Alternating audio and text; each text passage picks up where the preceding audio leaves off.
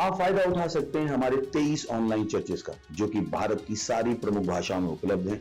और इसके अलावा हमारे पास 3 विशेष चर्च हैं। एक टीनेजर्स के लिए जिसका नाम है तूफानी योग यानी 3, बच्चों के लिए हमारे पास ऑनलाइन चर्च है, और गूंगे और बहरों के लिए भी हमारे पास चर्च है, साइन लैंग्वेज का चर्च। उसके अलावा आप हमारे ऑनलाइन चर्चेस को देख सकते हैं उड़िया में, तेलुगु में, तमिल में, गुजराती में, कन्नड़ा में, तुलु में, इंग्लिश में, हिंदी में, छत्तीसगढ़ी में, राठौरी बरेली में, असमीज में, मराठी में, पंजाबी में, नेपाली में, कोंकणी, मलयालम, सिंधी, भोजपुरी, बंगाली और मालवानी में।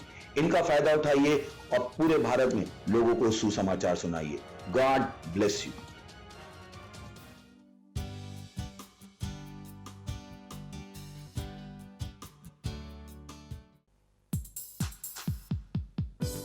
वो बादशाहों का बादशाह है, वो हमारी महिमा की आशा है। हालेलुया। यीशु मसीह जीवन की परिभाषा है। बादशाहों का बादशाह, मेरी महिमा की तू आशा। यीशु जीवन की परिभाषा, तू है मेरी श्रेष्ठता। बादशाहों का बादशाह, मेरी महिमा की तू आशा। यीशु जीवन की परिभाषा, तू है मेरी श्रेष्ठता। मैं हूँ दीवाना तेरा, तू है मेरा पहला प्यार। मैं हूँ तुझ पे फिदा, तू है मेरा जहां। मैं तेरा दीवाना तेरा, तू है मेरा पहला प्यार। मैं हूँ तुझ पे फिदा, तू मेरा जहां। वो मेरे बादशाह, बादशाहों का बादशाह, मेरी महिमा की तू आशा। यीशु जीवन की परिभाषा, तू है मेरी श्रेष्ठता। तेरे ख्वाब है मेरे, तेरी ख्वाहिशें मेरी, मेरा हर पल तेरा मैं जीता तेरे कारण। तेरे ख्वाब है मेरे, तेरी सारी ख्वाहिशें अब मेरी, मेरा हर एक पल तेरा मैं जीता तेरे कारण। वो मेरे बादशाह, बादशाहों का बादशाह, मेरी महिमा की तू आशा। यीशु जीवन की परिभाषा, तू है मेरी श्रेष्ठता। बादशाहों का बादशाह, मेरी महिमा की तू आशा। यीशु जीवन की परिभाषा, तू है मेरी श्रेष्ठता। बादशाह मेरे बादशाह, तू है मेरी श्रेष्ठता। वो मेरे बादशाह, मेरे बादशाह, तू है मेरा पहला प्यार। Hallelujah! Praise the Lord!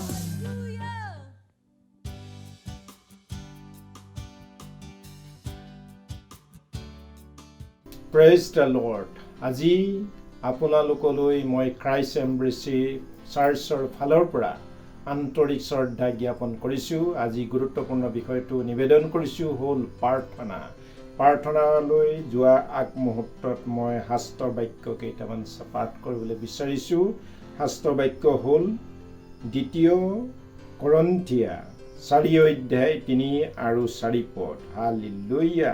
তাত এনেধৰণে লিখা আছে, কিন্তু আমাৰ শুভবাৰ্তা যদি ঢকা হয়, তেন্তে বিনাশৰ পাত্ৰবিলাকলৈহে ঢকা হয়। ঈশ্বৰৰ প্ৰতিমূৰ্তি যি খ্ৰীষ্ট, তেওঁৰ গৌৰৱ প্ৰকাশক সৌবাৰ্তা দীপ্তি যেন প্ৰকাশিত নহয়। এই কাৰণে এই যুগৰ দেৱতাই সেই বিশ্বাস নকৰা সকলক জ্ঞান চকু অন্ধ কৰি ৰাখিলে। Hallelujah, praise the lord. Sanda kabare si kabare sendi bari sanda kabare si kabare sanda kabare si kabare khala sanda kabare si kabare sendi bari sanda kabare si kabare. Hallelujah, hallelujah, praise the Lord, praise the Lord, praise the Lord. প্ৰভু তোমাৰ গৌৰৱ তোমাৰ মহিমাৰ কাৰণে তোমাক ধন্যবাদ দিছোঁ।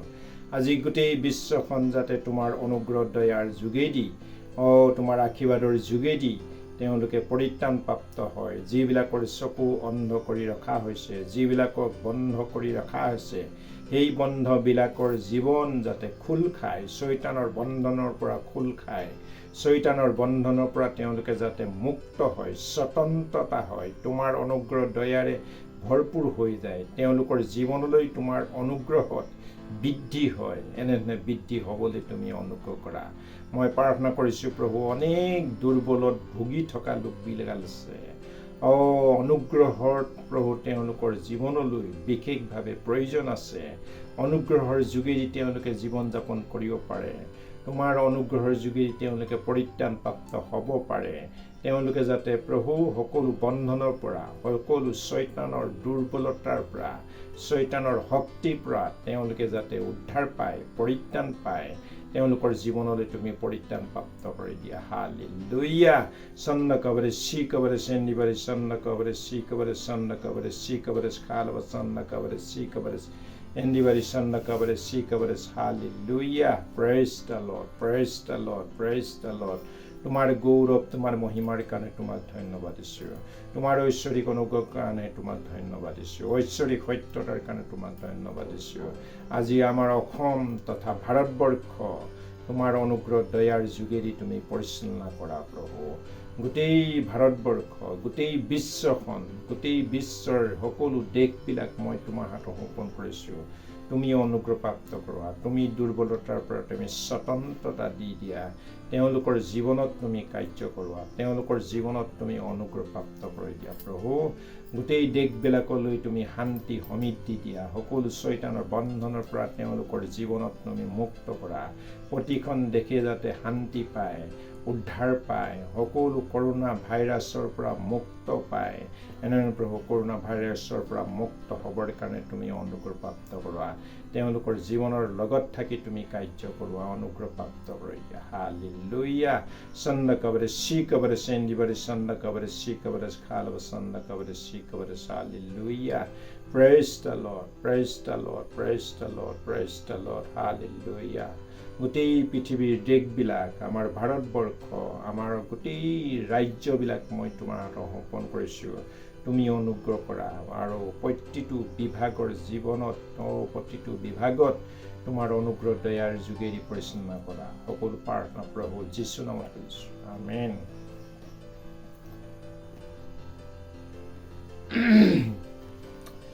দ্বিতীয় বিষয়ে প্ৰাৰ্থনা কৰাৰ আগতে মই শাস্ত্ৰপদ চাইছোঁ। আদি পুস্তক 1 অধ্যায় 28 পদ। Hallelujah, praise the lord.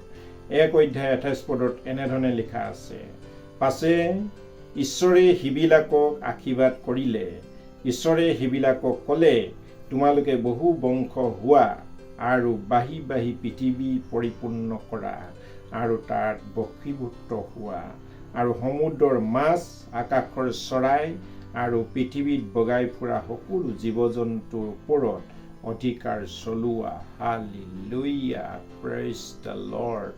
পাচনি কৰ্ম 19 অধ্যায় 20 পদ। পাচনি কৰ্ম 19 অধ্যায় 20 পদত এনেধৰণে লিখা আছে, ইমান পৰাক্ৰমেৰে প্ৰভুৰ বাক্য ব্যাপ্ত হৈ জৰি হ'ল। Hallelujah, praise the lord. Thank you, Lord. Sanda kabare si kabare sendi bari sanda kabare si kabare khalo sanda kabare si kabare sendi bari sanda kabare si kabare sanda kabare si kabare. Hallelujah. প্ৰভুৰ বাক্যবিলাক গোটেই বিশ্বতে ব্যাপি যাব লাগে। Hallelujah. আৰু গোটেই বিশ্বখনত তোমাৰ অনুগ্ৰহ দয়াৰে ভৰপূৰ হ'ব লাগে। মানুহৰ জীৱনত গোটেই বিশ্বখনত প্ৰভু বৃদ্ধি হৈ যাব লাগে, আশীৰ্বাদ প্ৰাপ্ত হৈ যাব লাগে।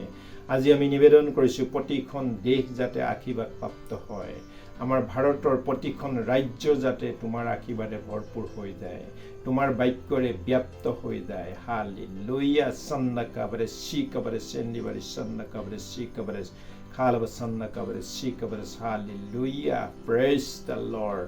প্ৰাৰ্থনা কৰিছোঁ প্ৰভু, গোটেই ভাৰতবৰ্ষৰ প্ৰভু বিভিন্ন জাতিবিলাক আছে, সকলো জাতিবিলাকৰ তুমি অনুগ্ৰহ কৰা, তোমাৰ বাক্য ব্যাপ্ত কৰি দিয়া, আশীৰ্বাদ প্ৰাপ্ত কৰি দিয়া।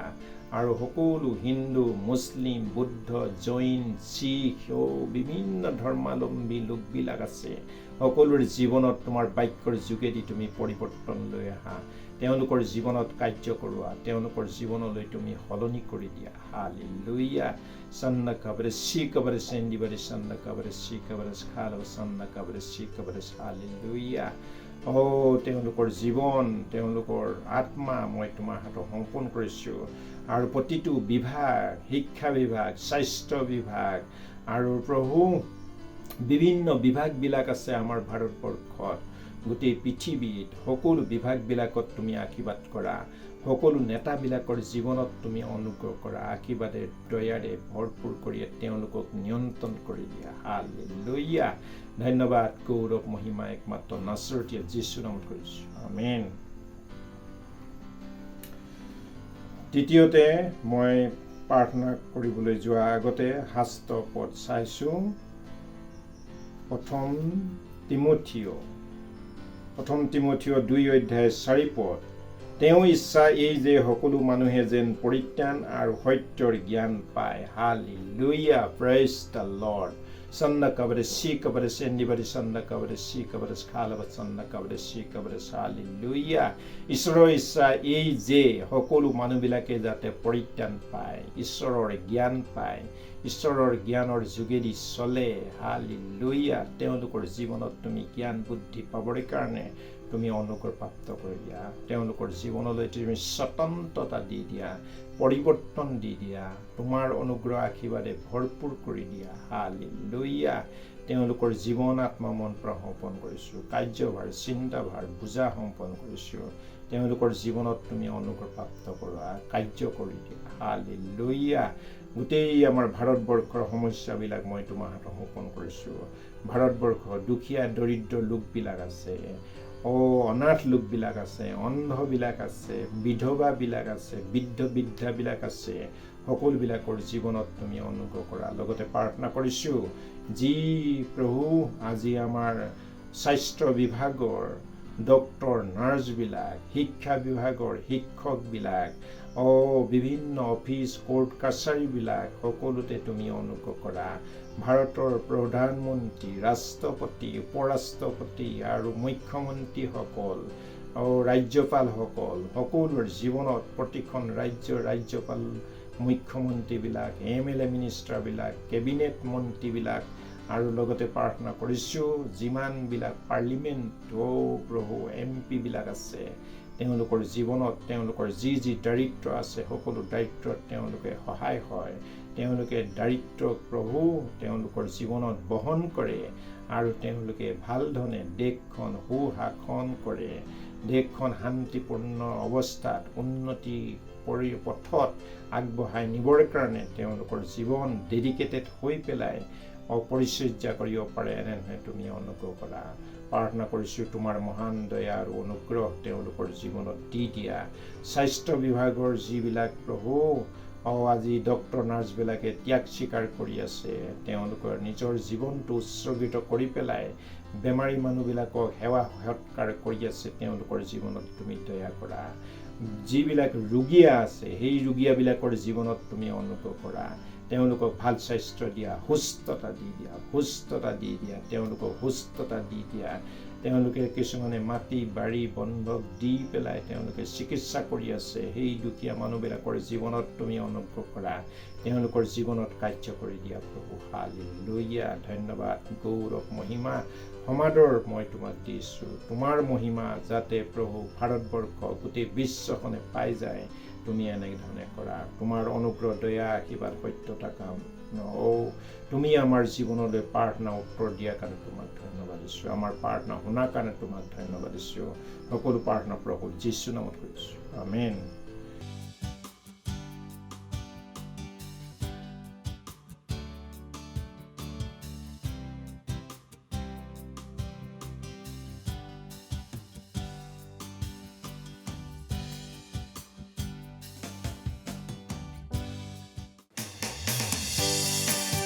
हालेलुया पवित्र आत्मा उपस्थिति शांति आनंद प्रेम और उसके उपस्थिति में सब कुछ संभव हालेलुया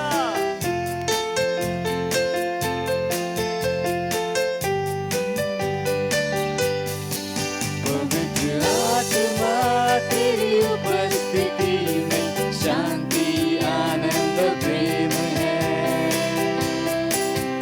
तेरी उपस्थिति में हर समस्या का समाधान है तू स्तुति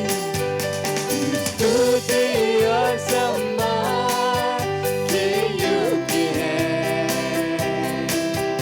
अपने हाथों को उठाकर मैं तेरी आराधना पवित्र आत्मा तेरी उपस्थिति में शांति आनंद प्रेम है तेरी उपस्थिति में हर समस्या का समाधान है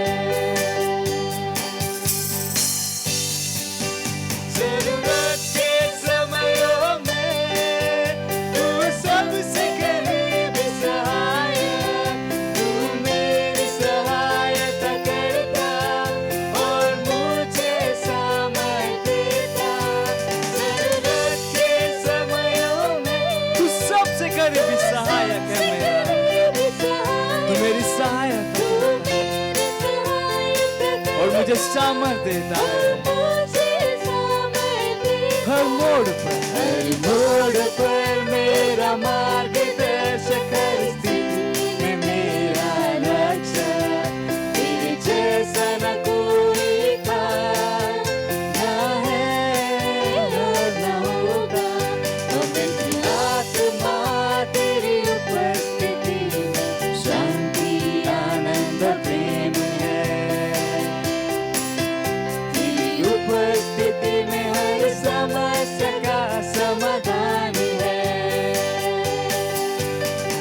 स्तुति और सम्मान सारे सम्मान के योग्य है और मैं अपने हाथ उठा तेरी आराधना करता अपने हाथों को उठा के मैं तेरी आराधना करता मैं तेरी आराधना करता मैं तेरी आराधना करता Praise the Lord Hallelujah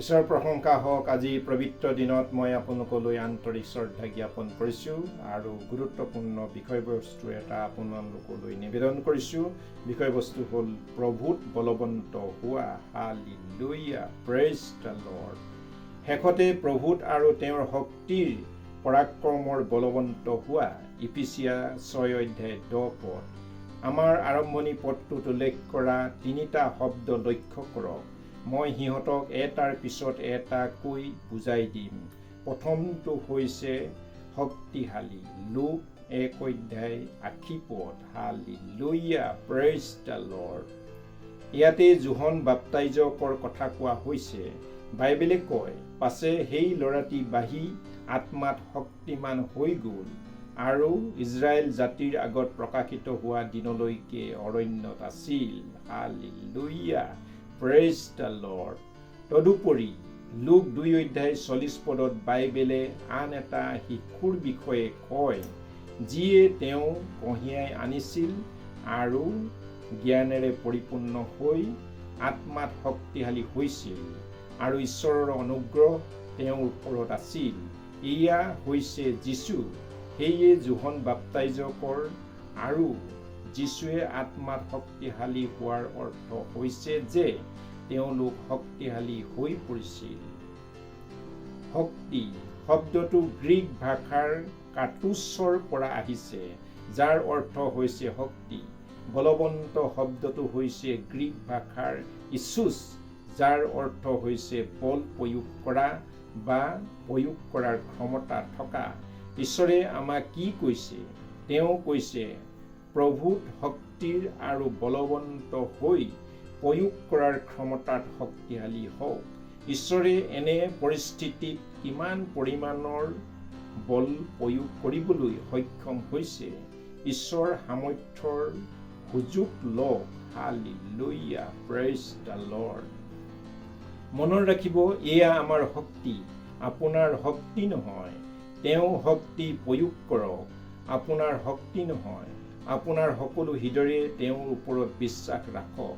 তেওঁ কি কৰিব পাৰে বিশ্বাস কৰক। সেয়ে আপুনি তেওঁক জানিব লাগিব যে তেওঁ কিমান কৰিব পাৰিব।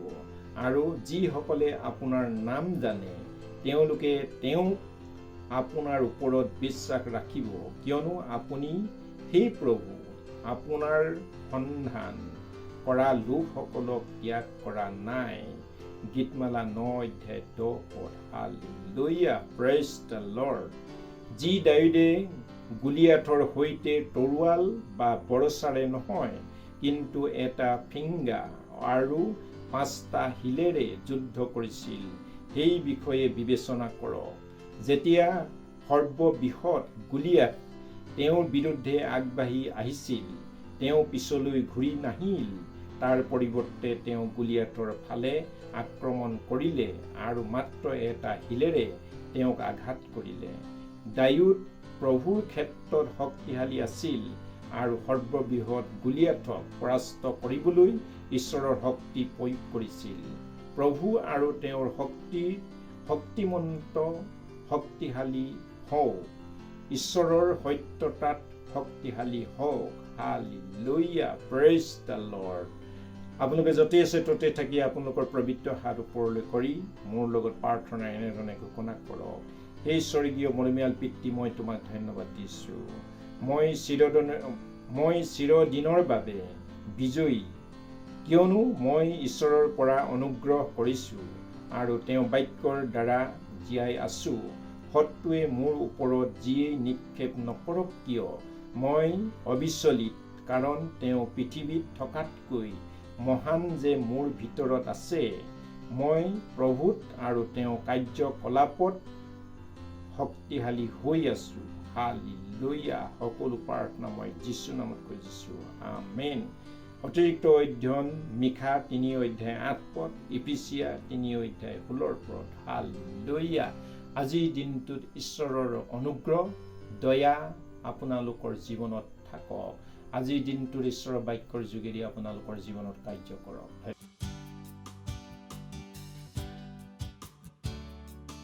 Praise the Lord. इस बहन का नाम शीतल जायसवाल है। ये आजमगढ़ उत्तर प्रदेश की रहने वाली है और इनकी गवाही है कि दुष्ट आत्मा से पूरे 1 साल से परेशान थी।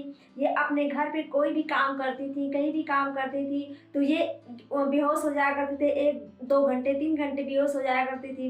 फिर उन्होंने हमारे क्राइस्ट एम्बेसी चर्च में आया। फिर इन्होंने चर्च किया, यूथ और टीनेजर मीटिंग को अटेंड किया और संडे सर्विस को देखा। और जो हमारे लीडर ट्रेनिंग चल रही है उसको इन्होंने 4 क्लास देखा। अभी ये बता रहे हैं कि मैं 4-5 दिन हो गए, ये अभी बेहोश नहीं होती हैं, पूरी तरह से चंगी हैं और ये बहुत खुश है, बहुत उत्साहित हैं। इसलिए परमेश्वर का धन्यवाद करती हैं और धन्यवाद करती हैं पास्टर आइजैक अग्रवाल सर का। Thank you sir. मत सोचिएगा कि आपने कोई गलती कर दी या आपने कुछ इतना बड़ा काम कर दिया कि परमेश्वर का प्रेम आपके लिए खत्म हो गया। और कभी मत होने दीजिएगा कि आप अपने आप को बेकार समझें। जब आप 24 घंटे प्रेम में चल रहे हो तो आप 24 घंटे किस में चल रहे हो? परमेश्वर की भरपूरी में। Praise the Lord.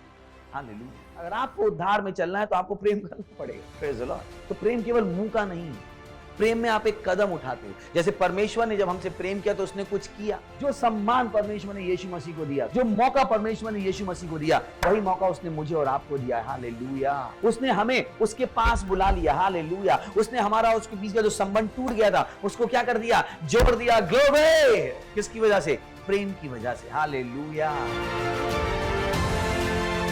मैं आदेश देता हूं बीमारी को उनके शरीरों से जाने का यीशु मसीह के नाम। मैं उन अशुद्ध आत्माओं को, उन दुर्बलता की आत्माओं को, उन बीमारी फैलाने वाली आत्माओं को आदेश देता हूं उनके शरीरों से जाने का और वापस नहीं आने का यीशु मसीह के नाम।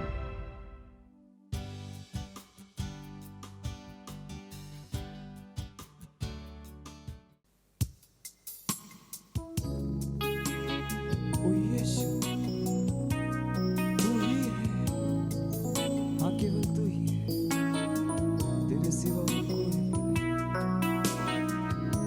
तू मार्ग है, सत्य और जीवन है।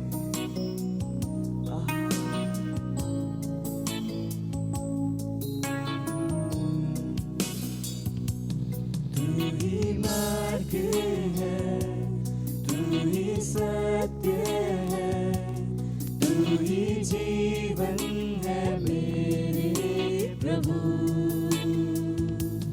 तू ही मार्ग है, तू ही सत्य है, तू ही जीवन है मेरे प्रभु। तेरा सजदा करूं, सजदा करूं, सजदा करूं। यीशुआ तेरा सजदा करूं, सजदा करूं, सजदा सजदा करूं।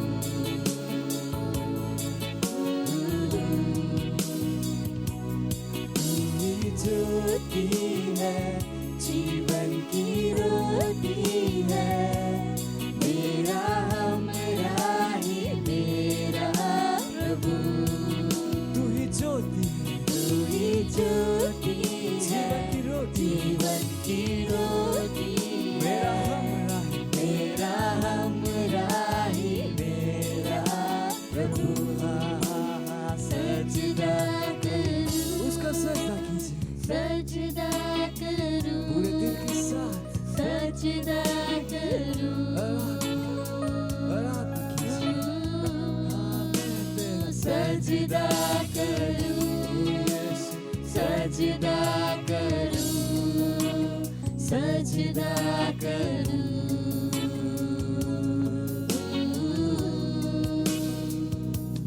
मेरी चाहत तू, मेरी आरज़ू, मेरा हौसला मेरा प्रभु। ओ यीशु, मेरी चाहत तू, मेरी आरज़ू, मेरा हौसला, मेरा हौसला मेरा प्रभु। सजदा करूं, सजदा करूं, सजदा करूं। तेरा सजदा करूं, सजदा करूं, सजदा करूं।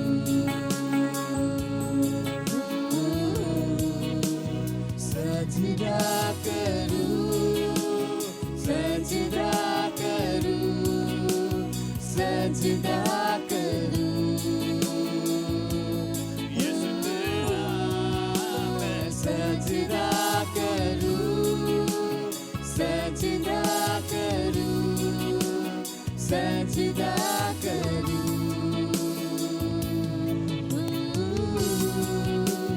सजदा करूं, सजदा करूं, सजदा करूं।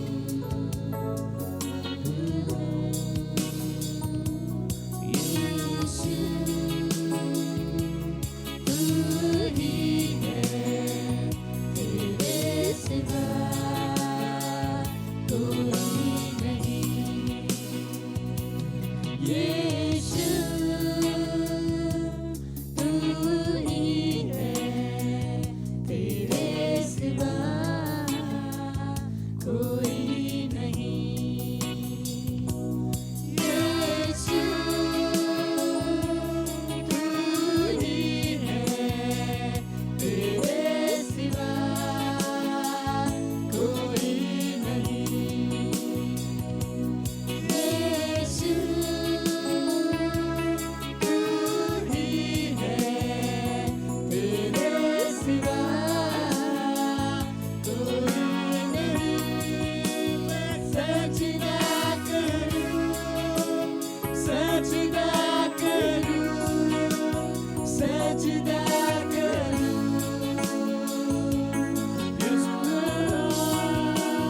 सजदा करूं, सजदा करूं, सजदा करूं।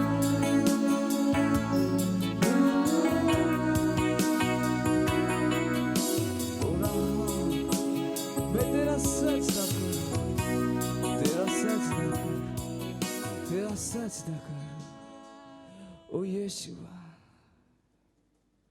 क्योंकि तू महान है, महान है, महान है।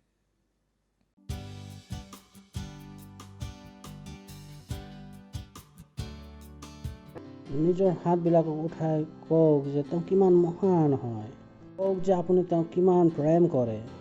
ধন্যবাদ প্ৰভু, ধন্যবাদ, ধন্যবাদ, ধন্যবাদ আপোনাৰ দয়াৰ বাবে, আপোনাৰ কৰোণাৰ বাবে। আপুনি বিশ্বৰ গৰাকী হয় আৰু গোটেই বিশ্বৰ দেশবিলাক আপোনাৰে হয়।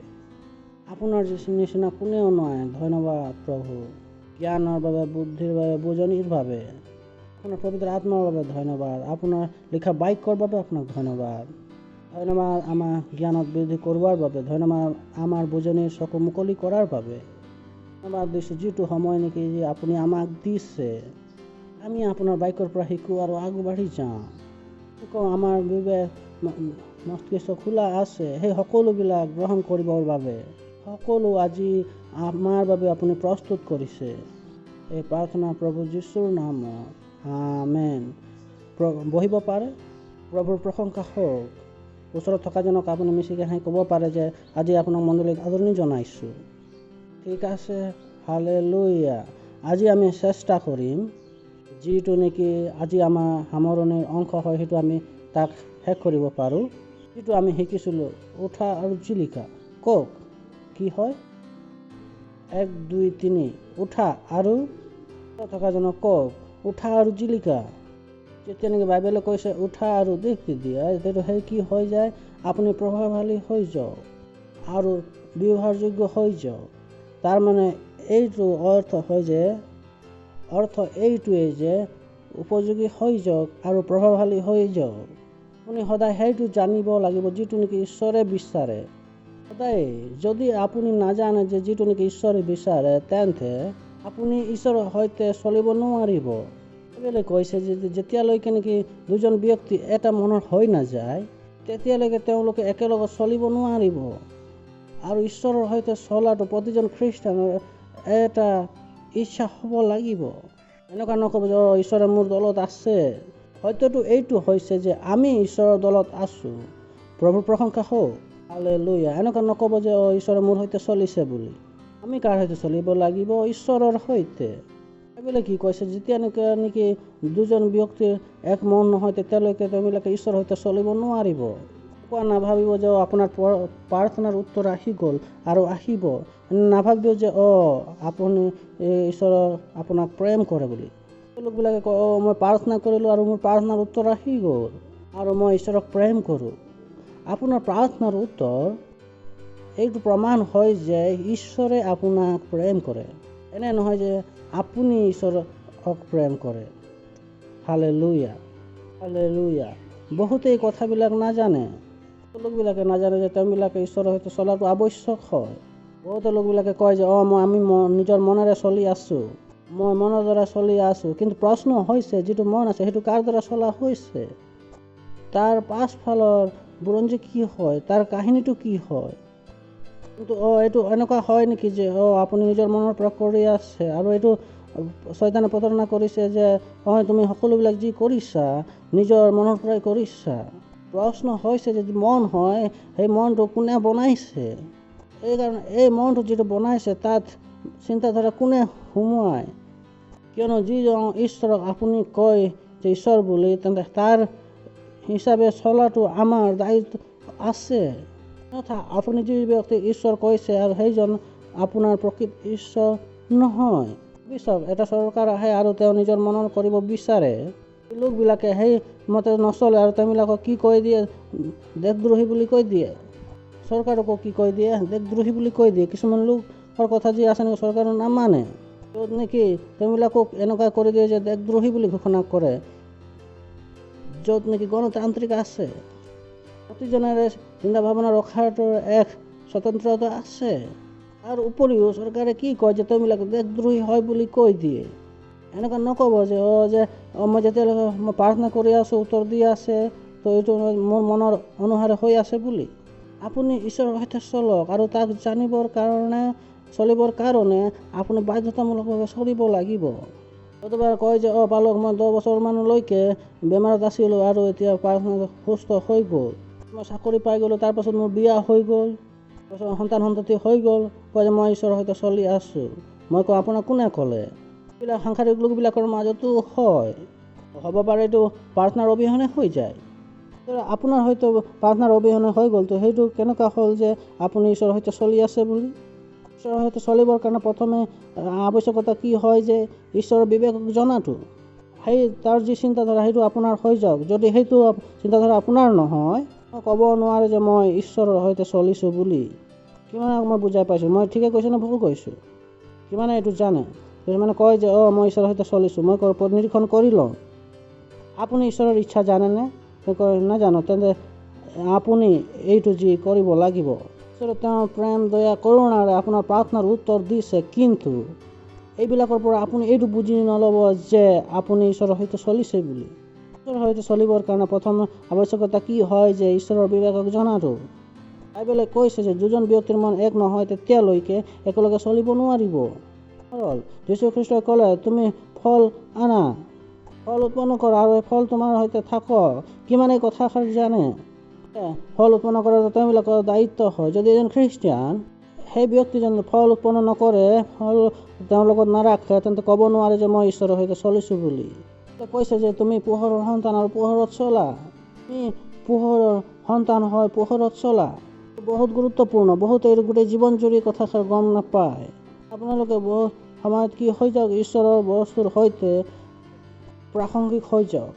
কওক, ঈশ্বৰৰ বস্তুৰ সৈতে প্ৰাসংগিক হৈ যাওক। প্ৰতিজন ব্যক্তিয়ে এনেকুৱা হ'ব লাগিব যে ঈশ্বৰৰ প্ৰতিটো বস্তুতে ব্যৱহাৰযোগ্য হৈ যায় আৰু প্ৰভাৱশালী হৈ যায়। আপোনাৰ ইচ্ছা হ'ব লাগিব যে মই ঈশ্বৰৰ বস্তুবিলাকত ব্যৱহাৰযোগ্য হৈ যাওঁ, মই ঈশ্বৰৰ বস্তুবিলাকত প্ৰভাৱিত হৈ যাওঁ, ঈশ্বৰৰ কাহিনীবিলাকত কিবা এটা কৰিম। কাহিনী ঈশ্বৰে মোৰ বাবে লিখিছে, সেই কাহিনীৰ অনুসাৰে মই জীৱন অতিবাহিত কৰিম। যিটো জীৱন ঈশ্বৰে মোৰ বাবে প্ৰস্তুত কৰিছে তাৰ বাবে মই জীৱন অতিবাহিত কৰিম। কোন হওঁ সেই ঈশ্বৰৰ বিৰুদ্ধে জীৱন অতিবাহিত কৰিবৰ কাৰণে যে যিটো জীৱন ঈশ্বৰে মোৰ বাবে প্ৰস্তুত কৰিছে। ঈশ্বৰে মোৰ জীৱনৰ কাৰণে সিদ্ধান্ত কৰিছে যে মই দেওবাৰে গীৰ্জালৈ যাওঁ, বুধবাৰে চাৰ্চলৈ যাওঁ, শুকুৰবাৰে গীৰ্জালৈ যাওঁ, আৰু এদিনা চেল কৰিম, আৰু এদিনাখন বাস্তৱিকতা সংগ্ৰহ বিতৰণ কৰিম, তাৰপিছত দশম ভাগ দিম, তাৰপিছত পাৰ্টনাৰশ্বিপ কৰিম। মই কিয় এইবিলাক নিজৰ জীৱনৰ বিৰুদ্ধে ভাবিম? কিয় মোক এনেকুৱা লাগে যে এইবিলাক মোৰ জীৱনৰ বিৰুদ্ধে হয় বুলি? মোক বন্ধনত ৰাখিবৰ বাবে মই নিৰ্বোধ হওঁ। কিন্তু এই জীৱন যিটো ঈশ্বৰে মোৰ বাবে প্ৰস্তুত কৰিছে, ঈশ্বৰে কৈছে গীৰ্জালৈ যোৱা, ঈশ্বৰে কৈছে সেৱা কৰক, ঈশ্বৰে কৈছে এইটো কৰক বুলি। মই কিয় ভাবি আপোনালোকক কিছুমানক লাগিব পাৰে যে এইবিলাক মোৰ ইচ্ছা হয়, কিন্তু প্ৰশ্ন হৈছে এই ইচ্ছা ক'ৰ পৰা আহিলে? ইচ্ছা ক'ৰ পৰা আহিলে? যিটো চিন্তাধাৰা আছে সেইটো আপোনালৈ ক'ৰ পৰা আহিলে? আপুনি জানেনে যে আপুনি ঈশ্বৰৰ সৈতে চলিছে? 100% ক'ব পাৰিব? যিটো এটা প্ৰশ্ন হয় প্ৰতিজন খ্ৰীষ্টানে সুধিব লাগে যে মই ঈশ্বৰৰ সৈতে চলিছোঁনে? সৈতে চলিবৰ কাৰণে প্ৰথম আৱশ্যকতা কি হয়? ঈশ্বৰৰ ইচ্ছা বিবেক জনাটো। এইটো সঠিক প্ৰশ্ন সুধিবৰ কাৰণে, হয় নে নহয়? ঈশ্বৰৰ সন্তানবিলাকে কাৰ সৈতে চলিব লাগে? ঈশ্বৰৰ সৈতে। মনত ৰাখিব, যিটো সন্মুখৰ ঘটনা হৈছিল সেইটো আগমনৰ ঘটনা হৈছিল। মনত ৰাখিব, বাইবেলে কৈছে সন্মুখ ঈশ্বৰৰ সৈতে চলিছিল আৰু তেওঁক তুলি লোৱা হৈছিল। কিমানেই জানে যে হনুক ঈশ্বৰৰ সৈতে চলিলে আৰু কি হৈ গ'ল। আগমনো সেনেকুৱাই হ'ব, যিবিলাকে ঈশ্বৰৰ সৈতে চলে তেওঁবিলাকক এনেকুৱা হৈ যাব, পাহৰি নাযাব। সেইবিলাক এনেদৰে এনেই লিখা হোৱা নাই। বোলে কৈছে হনুকে ঈশ্বৰৰ সৈতে চলিছিল আৰু ঈশ্বৰে তেওঁক তুলি নিলে। আগমনো কাৰ হ'ব? যিবিলাকে ঈশ্বৰৰ সৈতে চলি আছে। বাইবেলে কৈছে যে হনুক ঈশ্বৰৰ সৈতে চলিছিল আৰু কি হৈ গ'ল? ঈশ্বৰে তেওঁক তুলি নিলে। সেই তুলি নিয়াটোৱে কি হৈছে? আগমন। কি হয়? তাৰমানে আপুনি আৰু মই যদি ঈশ্বৰৰ সৈতে চলিছোঁ, তেন্তে কি কৰা হ'ব? আমাকো তুলি নিয়া হ'ব। এনেকুৱা নাভাবিব যে আগমন আগমন আগমন নহয়, ঠিক আছে সেইটো, কিন্তু প্ৰথম তাৰ কাৰণে আৱশ্যকতা কি হয়? যে ঈশ্বৰৰ সৈতে চলাটো। যিকোনো এনেকৈ ঈশ্বৰৰ সৈতে চলা নাই, তেওঁবিলাকে নিজৰ জীৱনটো নিৰীক্ষণ কৰি লোৱাটো আৱশ্যক। কিন্তু সেই সময় হয় যিটো নেকি আপোনাৰ জীৱনত নিৰীক্ষণ কৰে, মই ঈশ্বৰৰ সৈতে চলিছোঁ নে নাই। যিদৰে তেওঁবিলাকে চেষ্টা কৰি আছে, তেওঁবিলাকে আকৌ কৈছে যে ক'ভিড হ'ব বুলি, কিন্তু সেইটো হ'বলগীয়া নাই। মংকি পক্স, আপোনালোকে নাজানে যে আগমনৰ পাছত পৃথিৱীখন কেনেকুৱা হ'ব। আপোনাক যদি লাগিছে এতিয়া সমস্যা হৈছে, তেন্তে মই কওঁ এইটো একোৱেই নহয়, এইটো কোনো আৰম্ভণিও নহয়, এইটো আৰম্ভও নহয়। কিন্তু ইতিমধ্যে তেওঁবিলাকে কৰলৈকে কণামহ পঠাইছে, 2 আৰৱ কণামহ পঠাইছে। এইটো কণামহ আপোনালোকে আজিকালি কামোৰে, সেইটো তেওঁবিলাকৰ বনোৱাৰ দ্বাৰা হয়। তেওঁবিলাকে এইটো পঠাই দিছে, এইটো বাতৰিত আছে। 2 আৰৱ কণামহ এইবিলাক প্ৰথমটো পঠাইছে তেওঁবিলাকে। 2 আৰৱ কণামহ তেওঁবিলাকে গোটেই পৃথিৱীত পঠাইছে, য'ত নেকি অকল কেৱল বেক্টেৰিয়া নহয়, তাত এনেকুৱা আছে যে যিটো তেওঁবিলাকে উৎপন্ন কৰিব, সেইটোতো তেওঁবিলাকৰ নিচিনাই হ'ব। আপোনালোকে যদি নাজানে যে কণামহ বহুত সোনকালে তেওঁবিলাকে পোৱালি দিয়ে, আৰু কণামহ তেওঁবিলাকে যোৱা মাহতে পঠাইছে। আপোনালোকে যদি ঈশ্বৰৰ সৈতে চলিবৰ কাৰণে হেৰি কৰা নাই, তেন্তে নাজানো আপোনালোকে আগমন কেনেকৈ যাব। আপোনালোকক লাগিছে যি মনলৈ আহে সেইটোকে কৰিম, কিন্তু ঠিক আছে, কোনো সমস্যা নাই। নিজৰ মন কৰি আগমনৰ কথা আপুনি নাভাবিব, আশাটো ঠিকে ৰাখিব, ঠিক আছে।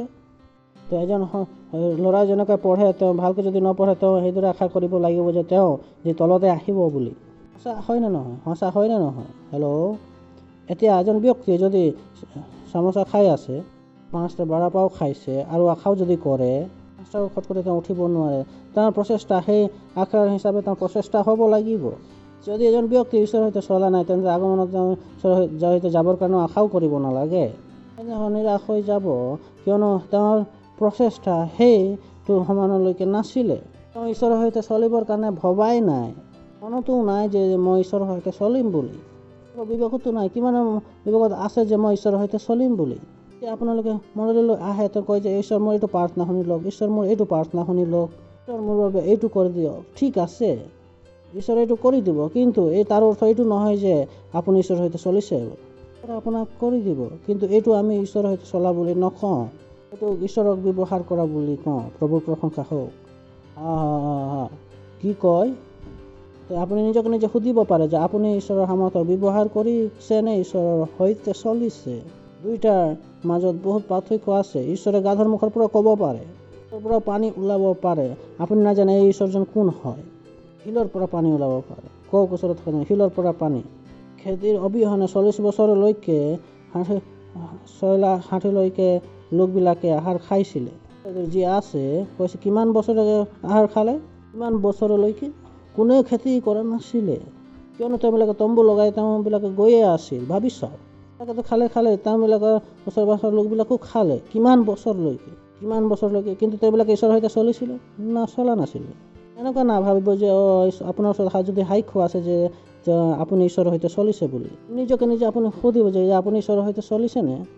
আপোনাৰ ইচ্ছা হ'ব লাগিব ঈশ্বৰৰ আচৰণি ব্যৱহাৰযোগ্য হ'বৰ কাৰণে। লোকবিলাকে পৰিয়ালত, সমাজতো ব্যৱহাৰযোগ্য হ'ব বিচাৰে, লোকবিলাকে ঈশ্বৰৰ সৈতে ব্যৱহাৰযোগ্য হোৱাটো নিবিচাৰে। এইটো পৰিয়াল যিহেতু সমাজ যিটো নাথাকিব, সমাজত পৰিয়ালত উপযোগিতাটো বিচাৰি আছে, পৰিয়ালত সমাজত প্ৰভাৱশীল আছে। মই কওঁ নেকি, ঈশ্বৰ যিটো পৰিয়াল বনালে, সমাজ বনালে, সেইটোত আপুনি প্ৰভাৱশীল আছেনে? ঠিক আছে, কওক। কিমানে দেওবাৰ গীৰ্জা গৈছে, কিমানে গৈছে? বহুত কম লোকবিলাক গৈছে, সেইকাৰণে বহুতো লোক এইটো নাজানে।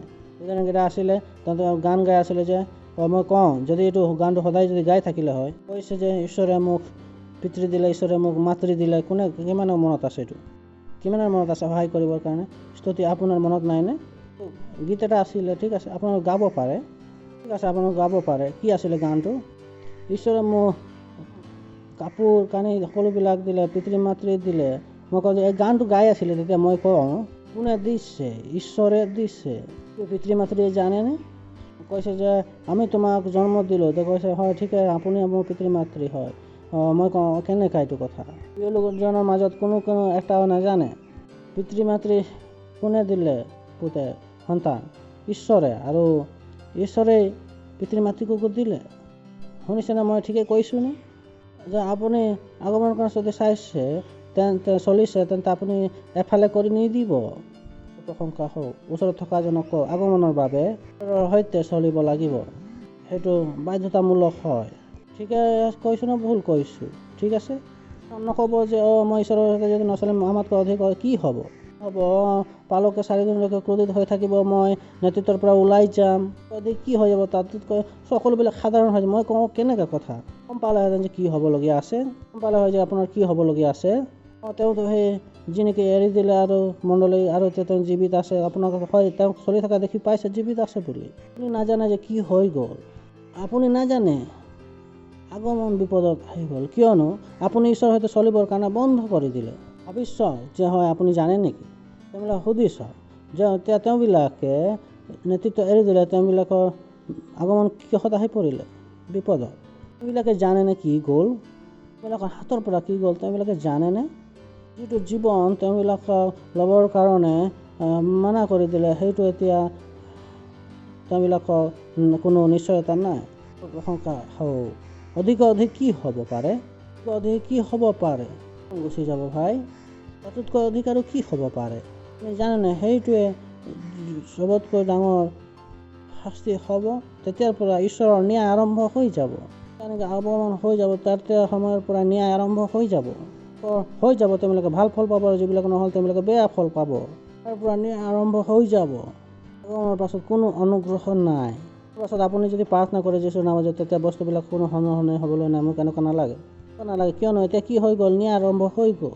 এইটো ন্যায়ৰ সময়, এইটো এতিয়া অনুগ্ৰহৰ সময় হয়, উদ্ধাৰৰ সময় হয়, আৰু সেইটো ন্যায়ৰ সময় হয়। আগমনৰ সেইটোৰ পাছতে কি হৈ গ'ল? ন্যায়ৰ সময় আৰম্ভ হৈ গ'ল। আপোনাৰ আগত কি আছে? অনুগ্ৰহৰ সময় আছে। অনুগ্ৰহৰ সময়ত যদি ঈশ্বৰৰ সৈতে চলিব পৰা নাই, মই নাজানো আপুনি ন্যায়ৰ সময়ত কেনেকৈ ঈশ্বৰৰ সৈতে চলিব। নাজানো ন্যায়ৰ সময়ত আপুনি কেনেকৈ চলিব। যে মোৰ অধিক কি হ'ব পাৰে? মই কওঁ আপোনাৰ অধিক কি হ'ব পাৰে? আপুনি গম পালেহেঁতেন যে কি হয়। আহক আমি বাইবেলৰ পৰা আমি চাওঁ। আদি পুস্তক 25 অধ্যায় 28 পদ। ইয়াত ইছহাকে এছৰ পহু মাংস খাবলৈ পোৱাৰ কাৰণে তেওঁ এছক স্নেহ কৰিছিল, কিন্তু ৰেবিকাই হ'লে জাকোবকে স্নেহ কৰিছিল। ইয়াত আপোনালোকে জানে দুইজন কথা কৈছে, দুইজন ভায়েকৰ কথা, এছৰ আৰু জাকোব। কিমানে জানে ইয়াৰ কথা? এছৰ ডাঙৰ আছিল আৰু জাকোব সৰু আছিল।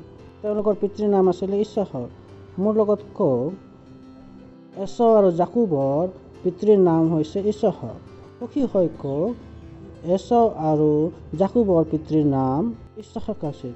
নিশ্চয় ঠিকে আছে নহয় জানো?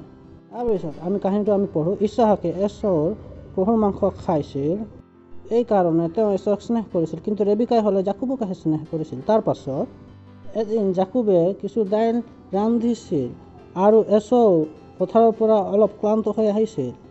এছৰ ক্লান্ত হৈ আহিছিল বুলি কওক, তেওঁ ক্লান্ত হৈ আহিছিল। ওচৰত থকাজনক কওক যে ক্লান্ত হৈ আহিছিল। বহুত আৱশ্যক হয়, ঠিক আছে, ক্লান্ত হৈ আহিছিল। তাতে তেওঁ জাকোবক ক'লে, বিনয় কৰোঁ, সেই ৰঙা বস্তুৰ কিছু মোক খাবলৈ দিয়া, কিয়নো মই ক্লান্ত হৈছোঁ। এই হেতুকে তেওঁৰ নাম ইদুম ৰখা হ'ল। তুমি ৰান্ধিছা, সেইটো মোক খাবলৈ দিয়া। তাৰপাছত আমি পিছত যিটো ইদুম, তাৰ এইটো ডাঙৰ কাহিনী আছে, তাত আমি বেছি সমস্যাত পৰিব নালাগে। তাৰপাছত আমি যাওঁ। জাকোবে ক'লে, জাকোব টেঙৰ আছিলে। জাকোবে এই কথাবিলাক জানিছিল, তেওঁ নিৰ্বোধ নাছিল। যি তোমাৰ জ্যেষ্ঠ অধিকাৰ মোক বেছি দিয়া। অলপ এখন্তেক ৰখক, ভাবি চাওক ইয়াত কি হ'ল। তেওঁ ভোক লাগিছে, আৰু জাকোবে কি ক'লে? তোমাৰ জ্যেষ্ঠ অধিকাৰ মোক বেছি দিয়া। তাতে এছাও ক'লে, দেখা মই মৰিবলগীয়া হৈছোঁ, জ্যেষ্ঠ অধিকাৰত মোৰ কি লাভ? চাওক, সৰু কথা যে মই এতিয়া মৰিবলগীয়া আছে, তেন্তে এই জ্যেষ্ঠ অধিকাৰ মোৰ কি লাভ হ'ব বুলি। কিয়নো তেওঁ ক্লান্ত হৈছিল। ক্লান্ত হৈ আছোঁ, তেতিয়া আমি নাযাওঁ। যদি যাওঁ, এবাৰ নাযাওঁ চেৰলৈতে কি হ'ব? যদি এবাৰ নকৰোঁ তেন্তে কি হ'ব? মই কওঁ এবাৰ, কিয়নো আপুনি এইটো যি ভাগৰি গৈছিল, আপোনাৰ মুখ খুলি বকবকনি কৰিবৰ কাৰণে আৰম্ভ কৰি দিল। খাবলৈ নাই আৰু মণ্ডলীত কৈছে যে 2ম ভাগ দিয়ক বুলি। খাবলৈ নাই আৰু কৈছে যে পাৰ্টনাৰশ্বিপ দি দিয়ক বুলি। ঘৰ তাত বনাই আছোঁ, তাত আমি মণ্ডলীত কিয় দিম আমি? ঠিক আছে আপুনি তেনেকুৱা ভাব। এচাও এনেকৈ ভাবিছে, কৈছে চোৱা দেখা মই এতিয়া মৰিবলগীয়া হৈছোঁ, সেয়া জ্যেষ্ঠ অধিকাৰত মোৰ কি লাভ হ'ব? এইটো শয়তান আছিল যিনে আদমক চলাইছিলে। মনত ৰাখিব, যিটো মই আপোনালোকক কৈছিলোঁ, আপোনাৰ যিটো মন আছে সেইটো মন কাৰ দ্বাৰাই পৰিচালিত হৈছে? আপোনাৰ চিন্তাধাৰা আছে সেইটো কাৰ হয়? আপুনি জানেনে আপোনাক কোনে পৰিচালিত কৰি আছে? মানে শয়তান, যিটো আপোনাক কেতিয়া গম পাব নিদিব যে আপোনাক কেনেকৈ চলোৱা হৈছে। আৰু সেইটো হয় যিটো নেকি আহি চুৰ কৰি লৈ যায় আৰু শুই থকা যেন গমো নাপায়। বহুতে গোটেই জীৱনত গম নাপায় যে তেওঁবিলাকক কোনে চলাইছে। তেওঁবিলাকে শয়তানৰ দ্বাৰা নে কাৰ দ্বাৰাই চলিছে তেওঁবিলাক কেতিয়াও গম নাপায়। শয়তানক কাৰোবাক পৰিচালনা কৰিবৰ কাৰণে তাৰ ভিতৰত থকাটো আৱশ্যক নাই। মনত ৰাখিব, শয়তানে কি পঠায়? তেওঁ চিন্তাধাৰা পঠায়। মনত নেপেলায় তেন্তে আপুনি যে এইটো চিন্তাধাৰা যে আপোনাৰ হয়, আপোনাৰ চিন্তাধাৰা হিচাপে আপুনি যদি জীৱন যাপন কৰিবৰ কাৰণে আৰম্ভ কৰি দিয়ে তেন্তে আপোনাৰ হৈ গ'ল। চোৱা মই এতিয়া মৰিবলগীয়া হৈছোঁ, তেনে জ্যেষ্ঠ অধিকাৰ মোৰ কি লাভ আছে? মইতো খাবলৈতো পাইছোঁ। আপুনি গম পালে নে কি পাৰ্থক্য হ'ল? যে আমি কি কওঁ? আব্ৰাহাম, ইছহাক আৰু জাকোবৰ ঈশ্বৰ বুলি কওঁ। এচাওৰ নাম নাইকিয়া হৈ গ'ল। কি পাৰ্থক্য আছে? অধিক কি হ'ব পাৰে?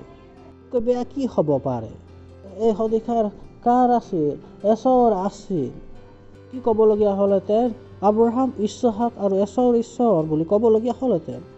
এচাও কি হৈ গ'ল? নাইকিয়া হৈ গ'ল। আৰু এচাওৰ বংশৰ পৰাই কি হ'ল? অমলকীয়াবিলাকৰ উৎপন্ন হ'ল। ঈশ্বৰে ক'লে নেকি অমলকীয়াবিলাকৰ বিৰুদ্ধে মই জীৱন জুৰি যুদ্ধ কৰিম?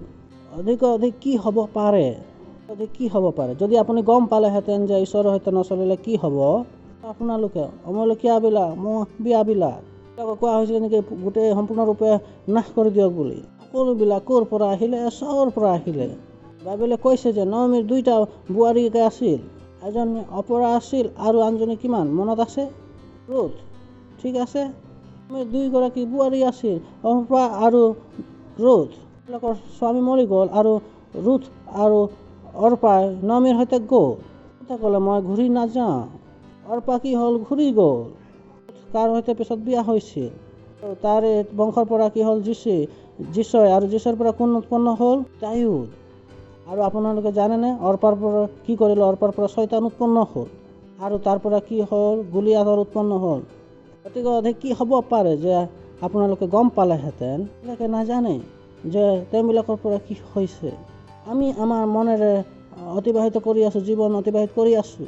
অধিক কি হ'ব পাৰে? অৰ্পাই কি উৎপন্ন কৰিলে? শয়তান। অধিক কি হ'ব পাৰে? এচাও কি উৎপন্ন কৰিলে? অমলকীয়াবিলাক। অধিক কি হ'ব পাৰে? পালকে 4 দিনৰ কাৰণে ক্ৰোধিত হৈ যাব আৰু সকলোবিলাক সাধাৰণ হৈ যাব।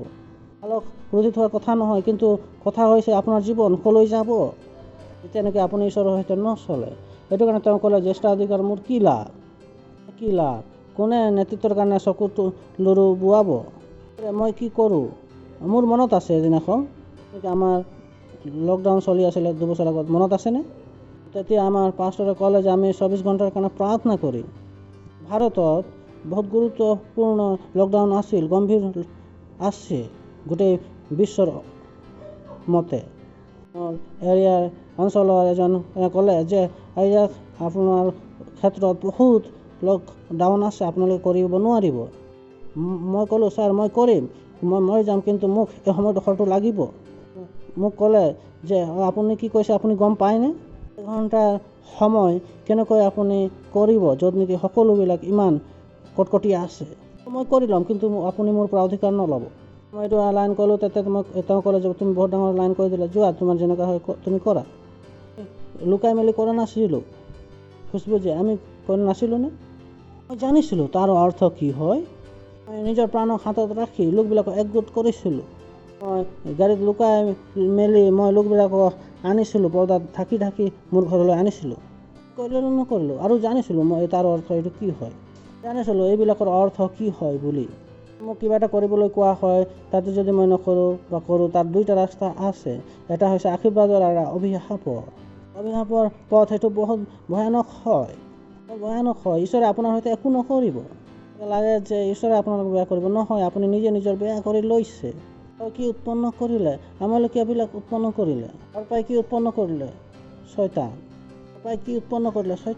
শয়তান। তেওঁ বিচাৰিলে ৰখিব পাৰিলে হয়, ৰুথৰ নিচিনা তাইও ৰখিব পাৰিলে হয়, কিন্তু তাই ঘূৰি গুচি গ'ল। ভাবি চাওক, এইটোৱে যি হৈছিল। ঈশ্বৰে আব্ৰাহামক কৈছিলে, মই তোমাক এজন পুত্ৰ দিম আৰু গোটেই বিশ্বই আশীৰ্বাদ প্ৰাপ্ত হ'ব। তাই কি কৰিলে? তাইৰ দাসীক তাইৰ সৈতে শুৱাই দিলে। আৰু তাৰপাছত ইছমাইলৰ জন্ম হ'ল, যাক আমি আজি মুছলিম হিচাপে জানো। এই ইছমাইলৰ পৰা আজি সকলো জাতি উৎপন্ন হৈ গ'ল। তেওঁলোকে কি জানিছিলে নেকি? তেওঁলোকে জানিছিলে নেকি তেওঁলোকে কি উৎপন্ন কৰিবলৈ গৈ আছিলে? আপোনালোকে ঈশ্বৰৰ সৈতে নচলে, তেতিয়া আপোনালোকে নাজানে যে আপুনি কেনেকৈ পদক্ষেপ ল'বলৈ গৈ আছে। আপোনাক আৰু আপোনাৰ আহিবলগীয়া বংশ কি কৰি দিব? সৰ্বনাশ কৰি দিব। এই বিশ্বতে সমস্যাৰ সৃষ্টি কৰি দিব। কিমানে জানে? কয় যে মই নিজৰ মনৰ পৰা কৰিছোঁ। নহয়, এইটো শয়তানৰ দ্বাৰা। আৰু এইটো আপুনি গমেই পোৱা নাই। দেখা, মই মৰিবলগীয়া হৈছে, জ্যেষ্ঠাধিকাৰৰ পৰা মোৰ কি লাভ? যাকোবে ক'লে, তুমি মোৰ আগত প্ৰথমে শপত কৰা। যাকোব ইয়াত বহু টেঙৰ আছিলে। প্ৰভু প্ৰশংসা হওক। যাকোবে জানিছিলে এইটো কি কৰিব লাগিব, স্থিৰ কৰিব লাগিব। যাকোবে ক'লে, তুমি মোৰ আগত প্ৰথমে শপত কৰা। তাতে তেওঁৰ আগত শপত কৰি নিজ জ্যেষ্ঠ অধিকাৰ যাকোবক বেচি দিলে, যিদৰে আদমেও কৰিছিলে। আদম আৰু হাৱাই এটি ফলৰ কাৰণে গোটেই মানৱ জাতিক বেচি দিলে। কিমান লোকবিলাক আছে যিবিলাকে নেকি শয়তানক নিজৰ ভৱিষ্যতক বেচি দিয়ে। কিয়নো তেওঁবিলাক ক্লান্ত হৈ গৈছে। এতিয়া আমাৰ দ্বাৰা হোৱা নাই, আমি বহুত সমস্যাত আছোঁ। তেন্তে কিয়নো আপুনি আপোনাৰ অধিকাৰ এৰি গুচি গ'ল? আপুনি ঈশ্বৰৰ কাৰ্য কৰিবলৈ কাৰণে বন্ধ কৰি দিছে। আপুনি ঈশ্বৰৰ লগত চলিবৰ কাৰণে বন্ধ কৰি দিছে। আপুনি এতিয়া ক'ত আছে আপুনি জানেনে? অধিক কি হ'ব পাৰে?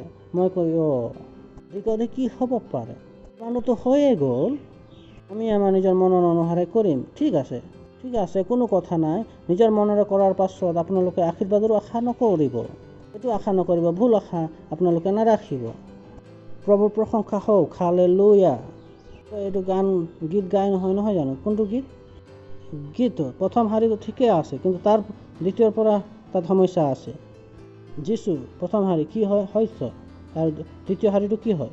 তাত হৈছে আমি তেওঁৰ মেৰ হওঁ। প্ৰত্যাহ্বানটো হৈছে যে আপুনি তেওঁৰ মেৰ হয়নে? মেৰবিলাক কেৱল মোৰ মাত শুনে, ওচৰৰজন নুশুনে। যীশুৱে ক'লে যে তেওঁবিলাকে কাক নিজৰ মেৰ বুলি ভাবে? মেৰ কেৱল মোৰ। যীশুৱে কৈছে মোৰ মেৰবিলাক কেৱল। আপুনি কাৰ শুনিব? তাৰপিছত তৃতীয় শাৰীটো ঠিক আছে। কাক তেওঁ চৰণীয়া পথাৰত ৰাখে? সেইজন যিজনে তাৰ কথা শুনে, চৰণীয়া পথাৰত গৈ পাই যায়। আপুনি প্ৰশ্ন কৰে যে মই যি কাম কৰোঁ বেয়া হৈ যায়। কিন্তু প্ৰশ্ন হৈছে আপুনি সেই মেৰ হয়নে? প্ৰশ্ন কি হয় যে আপুনি মেৰ হয়নে? আপুনি মেৰ হয়, তেন্তে আপুনি সেই চৰণীয়া পথাৰত চাই পাব। সেইজনে হয় যিজনে কেৱল তেওঁৰ কথা শুনে, গৰাকীৰ কথা শুনে। বহুতৰ কাহিনী আছে, কামটো হওঁতে থাকি যায়। আমাৰ কামটো হয় আৰু আকৌ থাকি যায়। আমিতো ভাল ঠাই কেতিয়াও দেখাই নাই। কিন্তু চৰণীয়া পথাৰ কাৰ কাৰণে হয়? মেৰৰ কাৰণে হয়। কোন হয়? যিবিলাকে কেৱল যীশুৰ কথা শুনে। কৈছে নেকি? প্ৰভুৰ প্ৰশংসা হওক। হালেলুয়া। চলাইছে ইব্ৰী 12 অধ্যায় 13 পদ। আমি চাই ল'ম এতিয়া।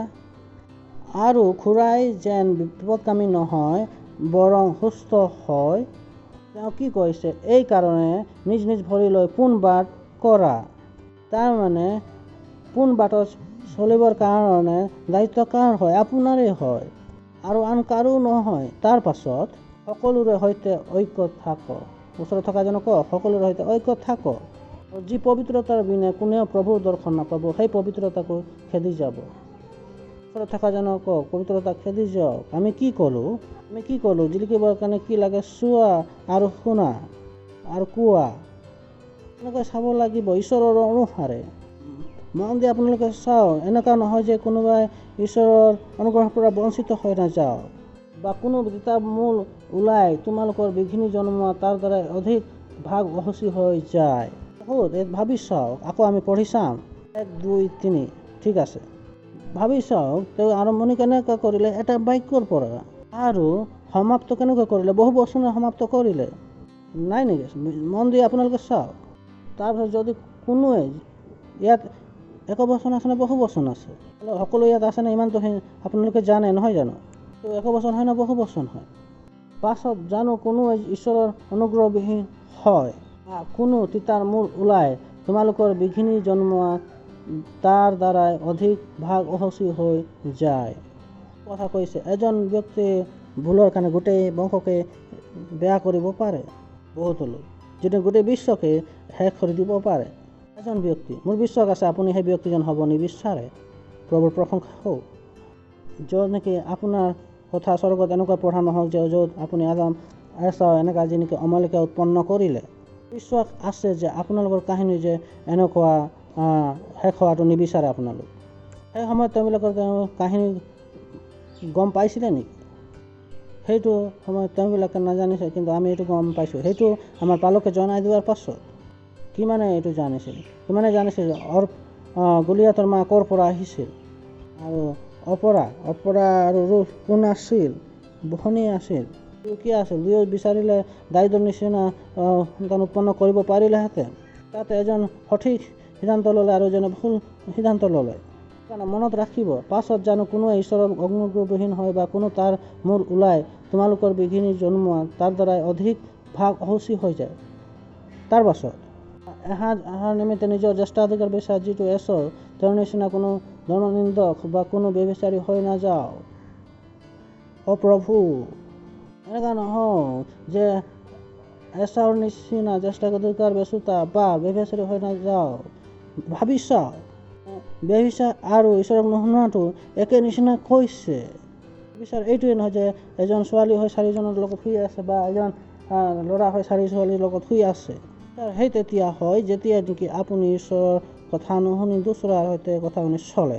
এইটোকো কি কোৱা হয়? ব্যভিচাৰ বুলি কোৱা হয়। আপোনালোকে গৈ বাইবেল পঢ়িব। ইজৰাইলে কি কৰিছে? ব্যভিচাৰ কৰিছে। মোক এৰি আন দেৱতাবিলাকৰ কাষলৈ তেওঁলোকে গুচি গৈছে। ভাল, এইটো কি হয়? ব্যভিচাৰ হয়। কয় যে তাত ইয়াত লিখা আছে, মই মোৰ মনৰ অনুসৰি কৰিছোঁ, মই কওঁ ব্যভিচাৰটো কৰা নাই। ইজৰাইলক কি কোৱা হৈছিল? বেশ্যা বুলি কোৱা হৈছিল। কিমানে গম জানে? আপোনালোকে বাইবেলত পঢ়া নাই নেকি? পঢ়িব। ইজৰাইলে কি কৰিলে? ব্যভিচাৰ কৰিলে, বেশ্যাৰ সমান।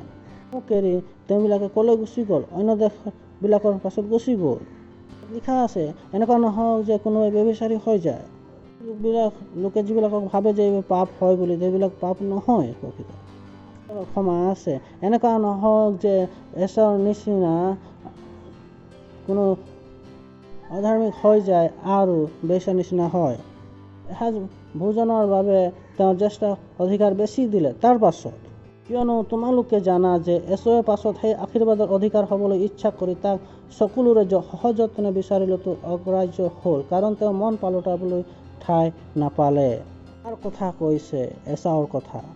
কিছুমানৰ পাপৰ যিবিলাক ক্ষমা নাই তাক আমি কি কওঁ? আত্মিক পাপ। যে সেই শিৰক 2 বাৰ প্ৰহাৰ কৰিছিল, তাৰ সেইটো কি হয়? আত্মিক পাপ। আপোনালোকে আপোনাৰ পালকৰ ঈশ্বৰৰ আপোনালোকে নুশুনে, তেতিয়া এইটো কি হয়? আত্মিক পাপ হয়। এইটো শাৰীৰিক পাপ নহয়। পৰিণতি আছে, তাৰ ক্ষমা নাই। নামৰ অৰ্থ কি হয়? বেয়া পৰিণাম। এইবিলাকৰ ক্ষমা নাই, কোনো ক্ষমা নাই। আপোনাৰ যি মনলৈ আহে কৰক, আপোনাৰ যিমান সকলো পোৱাবলৈ আছে পোৱাই লওক। কওক যে মই ঈশ্বৰ সলনি হৈ গ'লোঁ, একোৱেই নহ'ব। সলনি কৰিব নোৱাৰে, কোনোৱে সলনি কৰিব নোৱাৰিব। সেই বস্তুটো ঈশ্বৰে বদলি কৰিব নোৱাৰিব। যদি সলনি কৰিব পাৰে তেন্তে কৰি দিলেহেঁতেন, কৰিব নোৱাৰিব। সেয়ে আপোনাৰ আহ্বানক ঈশ্বৰৰ আহ্বানৰ সৈতে গম্ভীৰভাৱে লওক। সকলোবিলাক হয়। এনেকুৱা হ'বলৈ নিদিয়ক যে শয়তানে আপোনাক পৰিচালিত কৰিছে। এছাৱে জানিছিলে নেকি যে তেওঁ কি কৰি আছে? কৈছিলে যে এসাঁজৰ কাৰণে তেওঁ কৈছিলে যে মই জ্যেষ্ঠ অধিকাৰ পৰা মোৰ কি লাভ হ'ব? কি লাভ? যাবলৈ দিয়ক। সম্ভাগ কোনে দিব? যাবলৈ দিয়ক। উপহাৰ কোনে দিব? যাবলৈ দিয়ক। পাৰ্টনাৰশ্বিপ কোনে দিব? যাবলৈ দিয়ক। সময়মতে কোনে যাব? যাবলৈ দিয়ক। নেতা কোন হ'ব? যাবলৈ দিয়ক। সকলোৱে কয় যদি যাবলৈ দিয়ক, তেন্তে আপুনি ক'ত যাব? যাবলৈ দিয়ক সকলোবিলাক। প্ৰভুৰ প্ৰশংসা হওক। হাঁহি লওক। ওচৰত থকা জনক কওক, ঈশ্বৰৰ সৈতে চলক আগমনৰ বাবে। মই আপোনালোকক আগমনৰ পৰা দূৰ খেদি আছোঁ নেকি? নে আপোনালোকক ওচৰত লৈ গৈ আছোঁ? আপোনালোকক ঘৃণা দেখুৱাই আছোঁ নেকি? ঘৃণা হয়। মই এইটো আপোনালোকক কৈ দিলোঁ। আপোনাৰ বাবে প্ৰথম কি হয়? ঈশ্বৰৰ সৈতে চলাৰ অৰ্থ মই আপোনালোকক কৈ দিলোঁ। আপুনি কি জানিব লাগিব? ঈশ্বৰৰ বিভাগক জানিব লাগিব। আপুনি ঈশ্বৰৰ বিবেক নাজানে তেন্তে তাৰ সৈতে চলাটো অসম্ভৱ হৈ পৰিব। আপোনাৰ ঈশ্বৰৰ সৈতে চলা নাই তেন্তে আগমন কি হয়? অসম্ভৱ হয়। কাৰ সময় হয়? অনুগ্ৰহৰ সময় হয়। আপুনি কাৰ সৈতে চলিবৰ কাৰণে শিকি লওক, ঈশ্বৰৰ সৈতে চলাটো সহজ হয়। যিটো তেওঁ কয় সেইটোকে কৰক। কাৰ সৈতে চলি আছে? Hallelujah, hallelujah. কলচীয়া, মই শেষ বাক্য এটা আপোনালোকক দেখুৱাই দিওঁ, আপোনালোকৰ হয়তো আছে। কলচীয়া 4:17। প্ৰভু যি প্ৰিয় ভাই তীখা পৰিচাৰক আৰু সহদাক হিচাপে পঠোৱা হ'ল, তেওঁ তাক সাৱধানে কৰক। আপোনাৰ ওচৰত থকাজনক কওক, প্ৰভু যি পৰিচাৰক দিয়া হৈছে তাক সাৱধানেভাৱে কৰক। ওচৰত থকাজনক কওক, যিটো সেৱা আপোনাক দিয়া হৈছে তাক সাৱধানেৰে পৰিপূৰ্ণ কৰিব লাগিব। কিয়নো সেইটোৱে কি হয়? ঈশ্বৰৰ সৈতে আপোনাৰ সেইটো চলন ফুৰণ। এইটোৱে আপোনাক সুনিশ্চিত কৰিব যে আপুনি আগমনত যাব নে নাযাব। শয়তানৰ দ্বাৰা নচলিব। শয়তান কেনেকুৱা হয়? বুদ্ধিৰ হয়। কেতিয়াও নক'ব যে আপুনি বুদ্ধিমান হয় আৰু শয়তানৰ দ্বাৰাই চলিছে বুলি। ক'ব যে যি সেৱা তেওঁবিলাক প্ৰভুত দিয়া হৈছে তাক সাৱধানে কৰিব লাগে। ওচৰত থকাজনক কওঁ, যিটো সেৱা আপোনাক দিয়া হৈছে তাক সাৱধানে পূৰ্ণ কৰিব লাগিব। থকাজনক কওক, যিটো সেৱা আপোনাক দিয়া হৈছে সেয়া সাৱধানে কৰিব লাগিব। কিয়নো সেইটোৱে কি হয়? আপোনাৰ ঈশ্বৰৰ সৈতে বাঞ্ছা থকা এক কথা হয়। এই চলন ফুৰণে আপোনাৰ নিশ্চয়তা কৰিব যে আপুনি আগমনত আহিব নে নাহিব। শয়তানৰ বুদ্ধি অনুসাৰে নচলিব। মই ক'লোঁ না, শয়তানে আপোনাক কি কৰিব? তেওঁক আপোনাক ভুলাই ৰাখিব। যিটো নেকি আত্মা হয়, যিটো আপোনালোকক দেখুৱালোঁ ইতিমধ্যে যে এচাওক এনে আত্মাই যি চলাইছিলে, সেই আত্মাবিলাক এতিয়াও আছে। সেই আত্মাবিলাক মৰি যোৱা নাই। মানে মোক প্ৰশ্ন কৰিব, পালক নোহোৱাৰ সময়তো সকলোবিলাক মনুষ্য শেষ হৈ গৈছিল, কিন্তু শয়তান আকৌ ক'ৰ পৰা আহিলে? কওঁ যে আত্মা মৰা নাছিলে, আৰু এই আত্মাবিলাকে যি হয় তাবিলাকৰ ন্যায় হ'বলৈ গৈ আছে। আত্মাবিলাকে শৰীৰ এৰি দিছিল, কিন্তু এইবিলাক অনাই বনাই ঘূৰি ফুৰিছিল আত্মাবিলাক। আৰু সেয়ে নোহোৱাৰ পাছত যেতিয়া লোকবিলাক আকৌ উৎপন্ন হ'ল, সেই আগৰ নিচিনাকৈ তেওঁবিলাকে কৰিবৰ কাৰণে আৰম্ভ কৰি দিলে। তিৰোতাবিলাকৰ লগত এনেকুৱা বেয়া কাৰ্য কৰিলে, আৰু তেওঁবিলাক কি কৰিলে? শয়তান উৎপন্ন কৰিলে। এইবিলাক শেষ হৈ যোৱা নাই। সেই প্ৰতিটো শয়তান যি আদমৰ সময়লৈকে আছিলে এতিয়াও আছে। কোনোটোৱেই মৰি যোৱা নাই। কোনো মৰি যোৱা নাই। সেই সকলো শয়তান আজিও জীৱিত আছে। এটা মৰি যোৱা নাছিল। যিটো কাম তেওঁবিলাক আদমৰ সময়ত কৰিছিল সেইটো আজিও কৰি আছে। কিন্তু প্ৰশ্নটো হৈছে যে লোকবিলাকে এইটো জানেনে? প্ৰশ্নটো হৈছে তেওঁবিলাকে এইটো জানেনে যে তেওঁবিলাকে কাৰ দ্বাৰাই পৰিচালিত হৈছে? পিতৃয়ে ঘৰলৈ আহে আৰু কয় যে আজিৰ পৰা তুমি গীৰ্জা যাব নালাগিব। আপুনি নাজানে যে আপোনাক কোনে চলাই আছে? কোনজন সেনেকুৱা বন্ধু আছে যি নেকি এই শয়তানৰ পৰা উৎপন্ন হৈছে? যি নেকি চিন্তাধাৰা কোনে পিতৃৰ তাত দি দিলে, আৰু পিতৃয়ে কি কৰিলে? এইটো আপোনাৰ তাত। আপুনি কয় যে মই পিতৃৰ কথা শুনিম, আৰু পিতৃয়ে নাজানে যে এইফালে তেওঁ কাৰ শুনি আছে। কিমান এনেকুৱা পালক আছে যিবিলাকৰ পালকৰ সন্তানবিলাকে পালক হ'বলৈ নিবিচাৰে। কিমান আছে, বহুত এনেকুৱা আছে যিবিলাকে হ'বই নিবিচাৰে। বহুতো এনেকুৱা নেতা আছে যিবিলাকে নেকি নেতা বনাবলৈ নিবিচাৰে নিজৰ সন্তানবিলাকক। তেওঁলোকৰ লগত তেওঁবিলাকৰ সন্তানবিলাকৰ নেতা বনাবৰ কাৰণে কোনো ইচ্ছা নায়েই। একোৱে নাজানে। তেওঁবিলাকে নাজানে তেওঁবিলাকৰ নিজৰ সন্তানবিলাকক সৰ্বনাশ কৰি আছে। ইয়াৰে এইটোৱে ভাল হ'ব যেন তেওঁবিলাকৰ সন্তানবিলাক মৰি যায়। এতিয়া তেওঁবিলাকৰ ভৱিষ্যত ক'ত আছে? বিপদত আছে। মানে এইটো জানে আৰু সুখী হৈ তেওঁবিলাকৰ সন্তানবিলাকৰ জীৱন বেয়া কৰি আছে। সন্তানবিলাকক স্কুল পঠাবৰ কাৰণে পইচা আছে, কিন্তু তেওঁবিলাকক গীৰ্জালৈ আহিবৰ কাৰণে ভাড়াৰ পইচা নাই। নহয় পালক, আমাৰ সন্তানবিলাক কেনেকৈ গীৰ্জালৈ আহিব? ভাড়াৰ কাৰণে 10 টকা লাগে। মই কওঁ যে আপুনি 10 টকাৰ কাৰণে আপোনাৰ সন্তানক বিপদত পেলাইছে। কেৱল 10 টকাৰ কাৰণে। এবাটি খাবৰ কাৰণে তেওঁ কি কৰিলে? তেওঁৰ জ্যেষ্ঠ অধিকাৰক বেছি দিলে। এইটো কি হয়? শয়তান। এইটো কি হয়? শয়তান হয়। এইটোৱেই কাৰণ যে মই আপোনালোকক আমি স্বীকাৰ কৰোঁ যে শয়তানৰ মোৰ ভিতৰত একোৱেই নাই। এইটো বহুত আৱশ্যক হয়। প্ৰভুৰ প্ৰশংসা হওক। কওক যে শয়তানৰ মোৰ ভিতৰত একোৱেই নাই। মোৰ ভিতৰত শয়তানৰ একোৱেই নাই। মোৰ ভিতৰত শয়তানৰ একোৱেই নাই। আপুনি এই শয়তানবিলাকক খেদিব লাগিব। এই শয়তানবিলাকক আপুনিয়ে খেদিব লাগিব। তেনেকৈ আপোনাৰ লগত আছে আৰু আপোনাক নিৰন্তৰে ভুল চিন্তাধাৰা দি আছে। ভাবি চাওক, এজন ল'ৰা ছোৱালী আছে আৰু খোজকাঢ়ি আছে আৰু এজন ছোৱালীয়ে চাইছে আৰু কৈছে আৰু প্ৰেম হৈ গ'ল। আপুনি গম পায়নে এইটো কেনেধৰণৰ শয়তান হয়? আপোনাক এনে লাগে যে আপোনাৰ প্ৰেম হৈ গ'ল। মই কওঁ তাত একো আপোনালোকৰ প্ৰেম নাই। মই জানিছোঁ মই কি কৈ আছোঁ। আপুনি এজনী ছোৱালী হয় আৰু এজন ল'ৰাই চাই আপোনাৰ কিবা বেয়া ব্যৱহাৰ কৰিব বিচাৰিছে।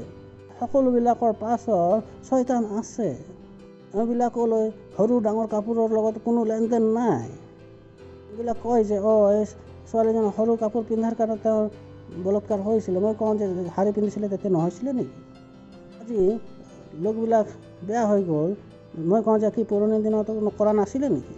কয় যে টিভিত বহুতোবিলাক আহে, সেইটো কাৰণে মই কওঁ যে কি আগত এনেকুৱা বলৎকাৰ হোৱা নাছিলে নেকি? লোকবিলাকে এইটো বুজি নাপায় যে এইবিলাক কিহৰ দ্বাৰা হৈছে, যে শয়তানৰ দ্বাৰা হৈছে। ইয়াত কাপোৰ লগত কোনো লেনদেন নাই। আৰু এইটো কাৰণে যীশুৱে সৰ্বপ্ৰথমে কি কৈছিলে? তোমালোকে মোৰ নামত শয়তানক খেদিবা। প্ৰভুৰ প্ৰশংসা হওক। এইকাৰণে আমি সেই বলৎকাৰৰ কাৰণে আমি প্ৰাৰ্থনা কৰোঁ। সমাজৰ বিৰুদ্ধে আমি কি কৰোঁ? আপোনালোকক লাগে যে আমি নিৰ্বোধ হওঁ নেকি? আমি নাজানো নেকি আমি কি কৰি আছোঁ? আমি প্ৰাৰ্থনা কৰোঁ চুৰি নহওক বুলি। আপুনি নাজানে আমি কি কৰি আছোঁ? কিয়নো সেইবিলাক চুৰি কৰিবৰ কাৰণে ইচ্ছুক কৰোৱাটো কোন হয়? শয়তান হয়। প্ৰভুৰ প্ৰশংসা হওক। হালেলুয়া। শুনিছে আপোনালোক? যেতিয়া আপুনি ঈশ্বৰৰ সৈতে চলিবৰ কাৰণে আৰম্ভ কৰি দিয়ে, শয়তান আপোনাক এৰি যাবলৈ অগীয়া হয়। প্ৰভুৰ প্ৰশংসা হওক। হালেলুয়া। শুনিছে আপোনালোক? এইবাৰ কাৰণে কওঁ যে শয়তানে এইটো কাৰণে মোক ইচ্ছা কৰিও চলাব নোৱাৰিব। জানেনে কিয়? কিয়নো মোৰ জীৱনত ইমানেই নিকা আছে যে তেওঁ এইটো চাবই নোৱাৰিব। প্ৰভুৰ প্ৰশংসা হওক। হা হা হা হা। এনেকুৱা হয়নে নহয় জানো? যে কয় নহয় যে কোনোবা যদি ধনী ব্যক্তিৰ আপুনি বন্ধু হৈ যায়, তেতিয়া গম পাব যে আপুনি বহুত নিকা হয়, কিন্তু ক'ব যে তুমি ঘৰত থাকা, মই এৰি গৈছোঁ। কিমানে মোৰ কথা বুজি পালে? হয়নে নহয় এনেকুৱা? শয়তান। কিয়নো তেওঁবিলাকৰ এইটো সমস্যা হয়। যেতিয়া মই প্ৰাৰ্থনা কৰোঁ এইটো তেওঁবিলাকৰ কাৰণে সমস্যা হয়। মই বাইবেল পঢ়োঁ তেওঁৰ কাৰণে সমস্যা হয়। যেতিয়া মই পৰভাষাত প্ৰাৰ্থনা কৰোঁ সেইটো সমস্যা হয়। ইমান সমস্যাৰ মাজত তেওঁ কেনেকৈ থাকিব? হয় নহয় যে পতি পত্নীৰ মাজত আমি মদ্যপান কৰে আৰু তেওঁক মই এতিয়া সহ্য কৰিব নোৱাৰোঁ, এতিয়া মই তাইক গুচি যাম, এনেকুৱা শয়তান থাকে। এনেকৈ আপুনি ৰাতিপুৱা দুপৰীয়া গধূলি প্ৰাৰ্থনা কৰে। ইয়াত বহু তাৰণা হৈছে। আপুনি স্বীকাৰোক্তি কৰে তাতে তেওঁ কি হৈছে, আপুনি তাক তাড়িত কৰিছে, আৰাধনা কৰি আছে, আৰু তাৰ কি হৈছে? দুৰ্দশা হৈছে আৰু আপোনাক এৰি যাবৰ কাৰণে বিচাৰিছে। কিয়নো তাই পঠোৱা হৈছিলে আপোনাৰ জীৱনৰ বেয়া কৰিবৰ কাৰণে। হয় নহয়? যেনেকৈ এটা কোনোবা ক্ষেত্ৰত যদি কোনোবা আৰক্ষী বিষয়াক পঠোৱা হয় যে কিবা এটা সমাধান কৰিবৰ কাৰণে, যদি কৰিব নোৱাৰে কি কৰে? তেওঁক তাৰ ওপৰৰ বিষয়াই মাতি পঠিয়ায় যে তুমি আহি যোৱা, নহ'ব আৰু। সেইকাৰণে আপোনাৰ জীৱনক বেয়া কৰিব নোৱাৰে। তেতিয়া তেওঁবিলাকৰ যিটো কমাণ্ডিং অফিচাৰ আছে তেওঁ কয় যে তুমি আহি যোৱা। কি কয় যে নতুন লোক পঠাই দিয়া। কাক পঠাই দিওঁ? আপোনালোকে জানে নহয় জানো? এইটো দাউদ ইব্ৰাহিমৰ এইটো এলেকা ক্ষেত্ৰ হয়, তেওঁ একো কৰিব নোৱাৰে। এজন আহে তো তেতিয়া পুৰণিজনে তেওঁক কয় যে চোৱা ভাই, তুমি ভালদৰে যাবা। আমিও চেষ্টা কৰিছিলোঁ বহুতবাৰ, 4জন মৰি গ'ল। এতিয়া নতুনটো আহি যায়, তেতিয়া পুৰণি শয়তানটো ক'ব যে চোৱা তেওঁবিলাকে 4 ঘণ্টালৈকে পৰভাষাত প্ৰাৰ্থনা কৰে, এনেকুৱা কৰে। আপোনালোকে কেতিয়াবা এইবিলাক গম পালেহেঁতেন কেনেকুৱা হ'লহেঁতেন। সঠিক কৰিছোঁ নে বেয়া কৰিছোঁ? আপোনালোকক কোনে ক'ব এইটো? কিমানে বালকবিলাকে এইটো জানে? সেইবিলাকে এতিয়া আপোনাক ধৰি ৰাখিব নোৱাৰিব। কিয়নো এইবিলাকক আপোনাৰ দ্বাৰাই তেওঁবিলাকক দুৰ্দশা কৰা হৈছে, তেওঁবিলাকক আপুনি তাৰণা কৰিছে। প্ৰভুৰ প্ৰশংসা হওক। তেওঁবিলাকে আপোনাৰ জীৱনক কি কৰে? এৰি যাব বিচাৰিছে। হেল্ল', ওচৰত থকাজনক কওক বাক্যৰ অনুসাৰে প্ৰভুৰ প্ৰশংসা হওক। নিজৰ হাতবিলাকক উঠাওক আৰু পৰভাষাত প্ৰাৰ্থনা কৰক। কওক মই জয়তকৈ জয়যুক্ত হওঁ। মোৰ ভিতৰত শয়তানৰ একোৱেই নাই। মই পোহৰৰ সন্তান হওঁ আৰু মই পোহৰত চলোঁ।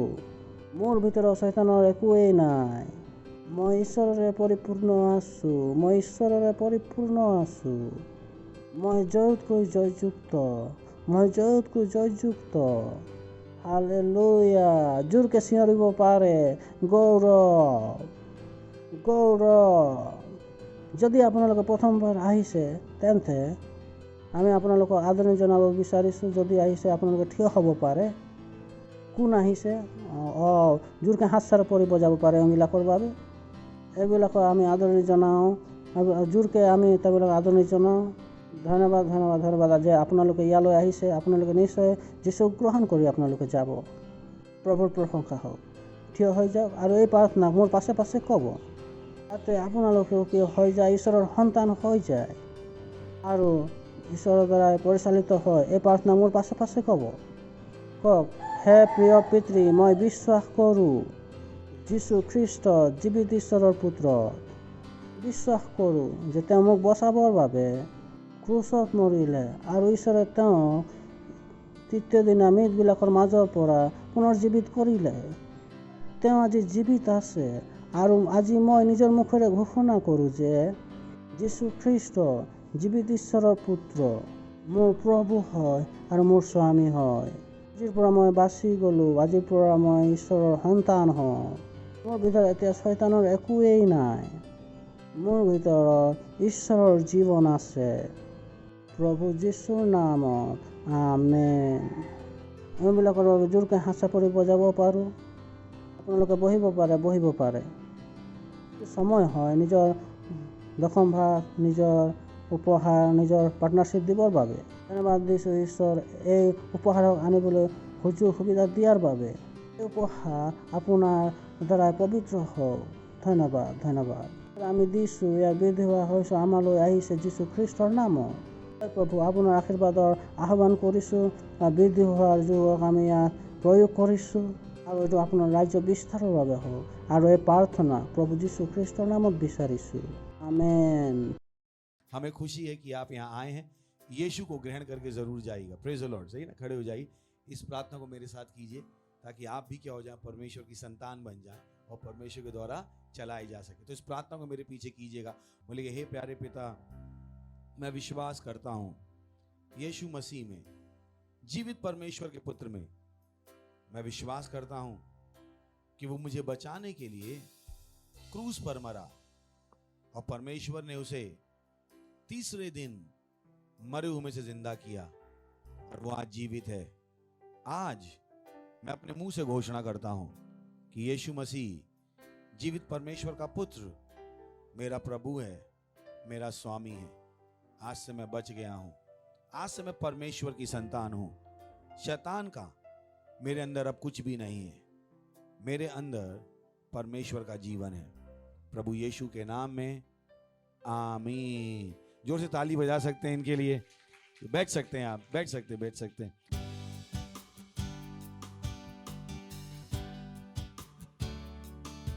ये समय अपनी भेंट, अपना दशमांश, अपनी पार्टनरशिप देने का रीशा थे ले पर।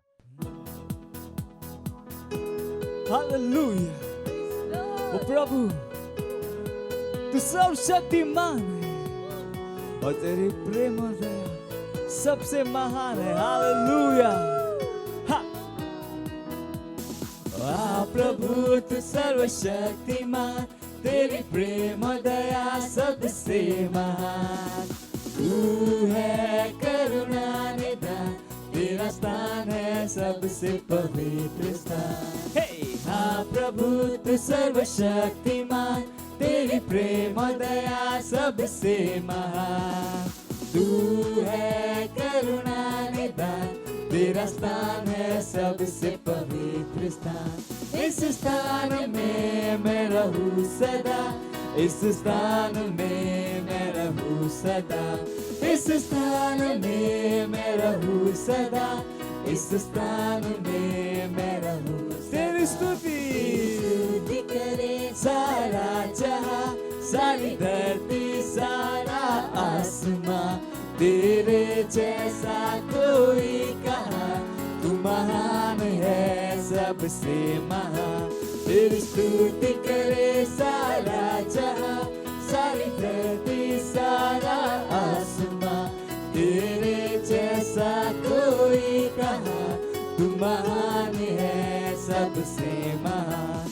तेरी स्तुति करे सारा जहां, तेरी स्तुति करे सारा जहां, तेरी स्तुति करे सारा जहां, तेरी स्तुति करे सारा तेरे विचार है मूल्यवान और केवल तुझ में ही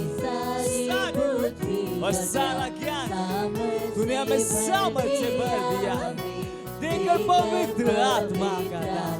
हाँ तेरे विचार है मूल्यवान तुझ में सारी बुद्धि और ज्ञान सामर्थ्य भर दिया हमें देकर पवित्र आत्मा का दान। इस स्थान में मैं रहूं सदा इस स्थान में मैं रहूं सदा इस स्थान में मैं रहूं सदा इस स्थान में मैं रहूं सदा। हाँ प्रभु तू सर्वशक्तिमान तेरी प्रेम और दया सबसे महान तू है करुणा निदान तेरा स्थान है सबसे पवित्र स्थान।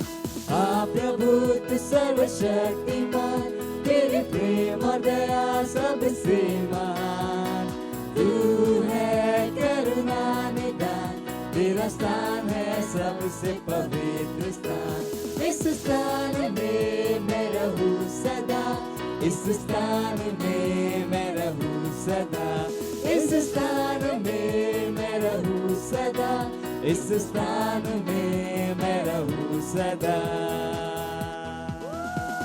Hallelujah praise the Lord. धन्यवाद देते हैं परमेश्वर इस भेंट को लाने का अनुग्रह अवसर देने के लिए। भेंट आपके आत्मा के द्वारा पवित्र। धन्यवाद जैसी हमने दिया इसकी बड़ी हुई फसल हम तक आ रही है यीशु मसीह के नाम में। हाँ प्रभु हम भेंटों के ऊपर आशीषों का आह्वान करते हैं बढ़ोतरी का नियम बोलते हैं आपके राज के विस्तार के लिए और इस प्रार्थना को प्रभु यीशु के नाम में मांगते हैं आमीन। Praise the Lord. कुछ अनाउंसमेंट्स हैं जो बहुत जरूरी हैं। सबसे पहला है लीडर बन जाइए। पढ़ सके लीडर बन जाइए एक बार काफी है सही है। उसके बाद हमारा क्या है हीलिंग स्ट्रीम का प्रोग्राम जो ताली बजा सकते हैं। And we have the banner. Can I have the banner please? Okay so ये बैनर है जो हम चाहते हैं कि हम जगह जगह पर लगाएं। तो ये उपलब्ध है केवल 50 रुपए। सही है ना? महंगा है क्या? प्लास्टिक का बैनर है कागज नहीं है। सो इसको खरीदिए और इसको लगाइए अपने घर पे लगाइए जहाँ दुकान है वहां लगाइए पर ध्यान रखिए कहाँ लगाइए। बीएमसी के नियम जान लीजिए। क्या जान लीजिए? बीएमसी के नियम समझ गए? तो खैर अच्छी बात यह है कि बारिश हो रही। क्या हो रही? तो कहना क्यों लगाया? छींटे बहुत आती इसलिए लगाया। तो बुद्धिमानी सही है। सारी चीजें सोच समझ के बनाइए। तो इसको खरीदिए लगाइए। सही अपना नंबर भी आप लिख सकते हो ताकि लोग आपको फोन कर पाए और आप रजिस्ट्रेशन करा पाओ। पर ऐसे 500 बैनर हमारे पास हैं और मैं चाहता हूं हर सेल इसी हफ्ते में 10 बैनर खरीदे और उनको लगाए और हमें बताए कि हम कहाँ लगाने वाले। पहले डिस्कस कीजिए पास्टर मैं यहाँ लगाने वाला हूँ। सही और बुद्धिमानी से लगाइए ताकि आप बीएमसी के लफड़े में ना फंसे। से समझ रहे हैं सर? पर ऐसे 500 बैनर इनको फॉलो अप भी कीजिए कि वहां पर लगे हुए हैं। जहां लगा रहे हैं वहां ध्यान दीजिए कि हाँ कर रहे हैं। सही है ताकि ये तब तक बने रहें। और अगर वहां से हट जाए दूसरा खरीदिए और लगाइए क्योंकि आपको नहीं पता केवल ये बैनर ही चिल्ला चिल्ला के हवा में क्या बोल रहा है? चंगाई चंगाई और चंगाई। हम हवा को क्या कर रहे हैं? शुद्ध कर रहे हैं। Praise the Lord hallelujah. अब तो याद रहेगा ना बुद्धिमान है ना जब भी वचन जा रहा है वो क्या कर रहा है? शुद्धिकरण। हवा भी क्या हो रही है? साफ। हमारे साथ प्रार्थना कीजिए। प्रार्थना रात को हम 11 से 12 1 घंटा प्रार्थना करते हैं। हमारे साथ जुड़िए सुबह 7:30 बजे, शाम को 4:30 बजे और रात को 11 बजे। अगर आपने फाउंडेशन स्कूल नहीं किया है तो आज ही कीजिए ताकि सही जानकारी आपको मिल जाए। सेल सिस्टम के पार्ट नहीं है बन जाइए ताकि और सही जानकारी आपको मिल जाए। पार्टनरशिप नहीं करते हैं तो सही पार्टनरशिप कीजिए ताकि आपके पैसे को पता हो कि पैसा खाने के लिए नहीं है, पैसा परमेश्वर की आराधना करने के लिए। हालेलुया।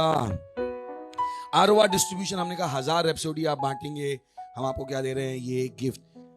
कोशिश कीजिए ये पाने की, मत कहिए थोड़े बुद्धिमान बनिए। हम आनंद के लिए कर रहे हैं तो मत तो अरे क्यों मैं मेहनत करूं। मेहनत कीजिए, मेहनत कीजिए। जो भी हम आपसे कहें वो कीजिए। आप कहें और कुछ ना करें, सही पकड़े, और कुछ मत करो, यही करो। Praise the Lord hallelujah. बिल्कुल सही पकड़े। खड़े होंगे, परमेश्वर का धन्यवाद देंगे, अपने हाथों को उठाकर परमपिता का प्रेम, यीशु मसीह का अनुग्रह और पवित्र आत्मा की सहभागिता हमारे साथ सदा के लिए बनी रहेगी। यीशु मसीह के नाम में आमीन। निश्चय मलाई और करुणा सदा मेरे जीवन में निवास करेगी और मैं सदा के लिए परमेश्वर के घर में निवास करता रहूंगा, प्रभु यीशु मसीह के नाम में आमीन। पड़ोसी बोलिए आनंद मनाओ और फूलो फलो।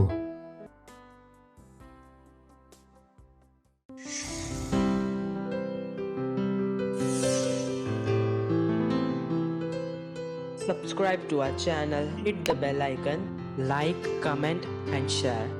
Thank you and God bless you.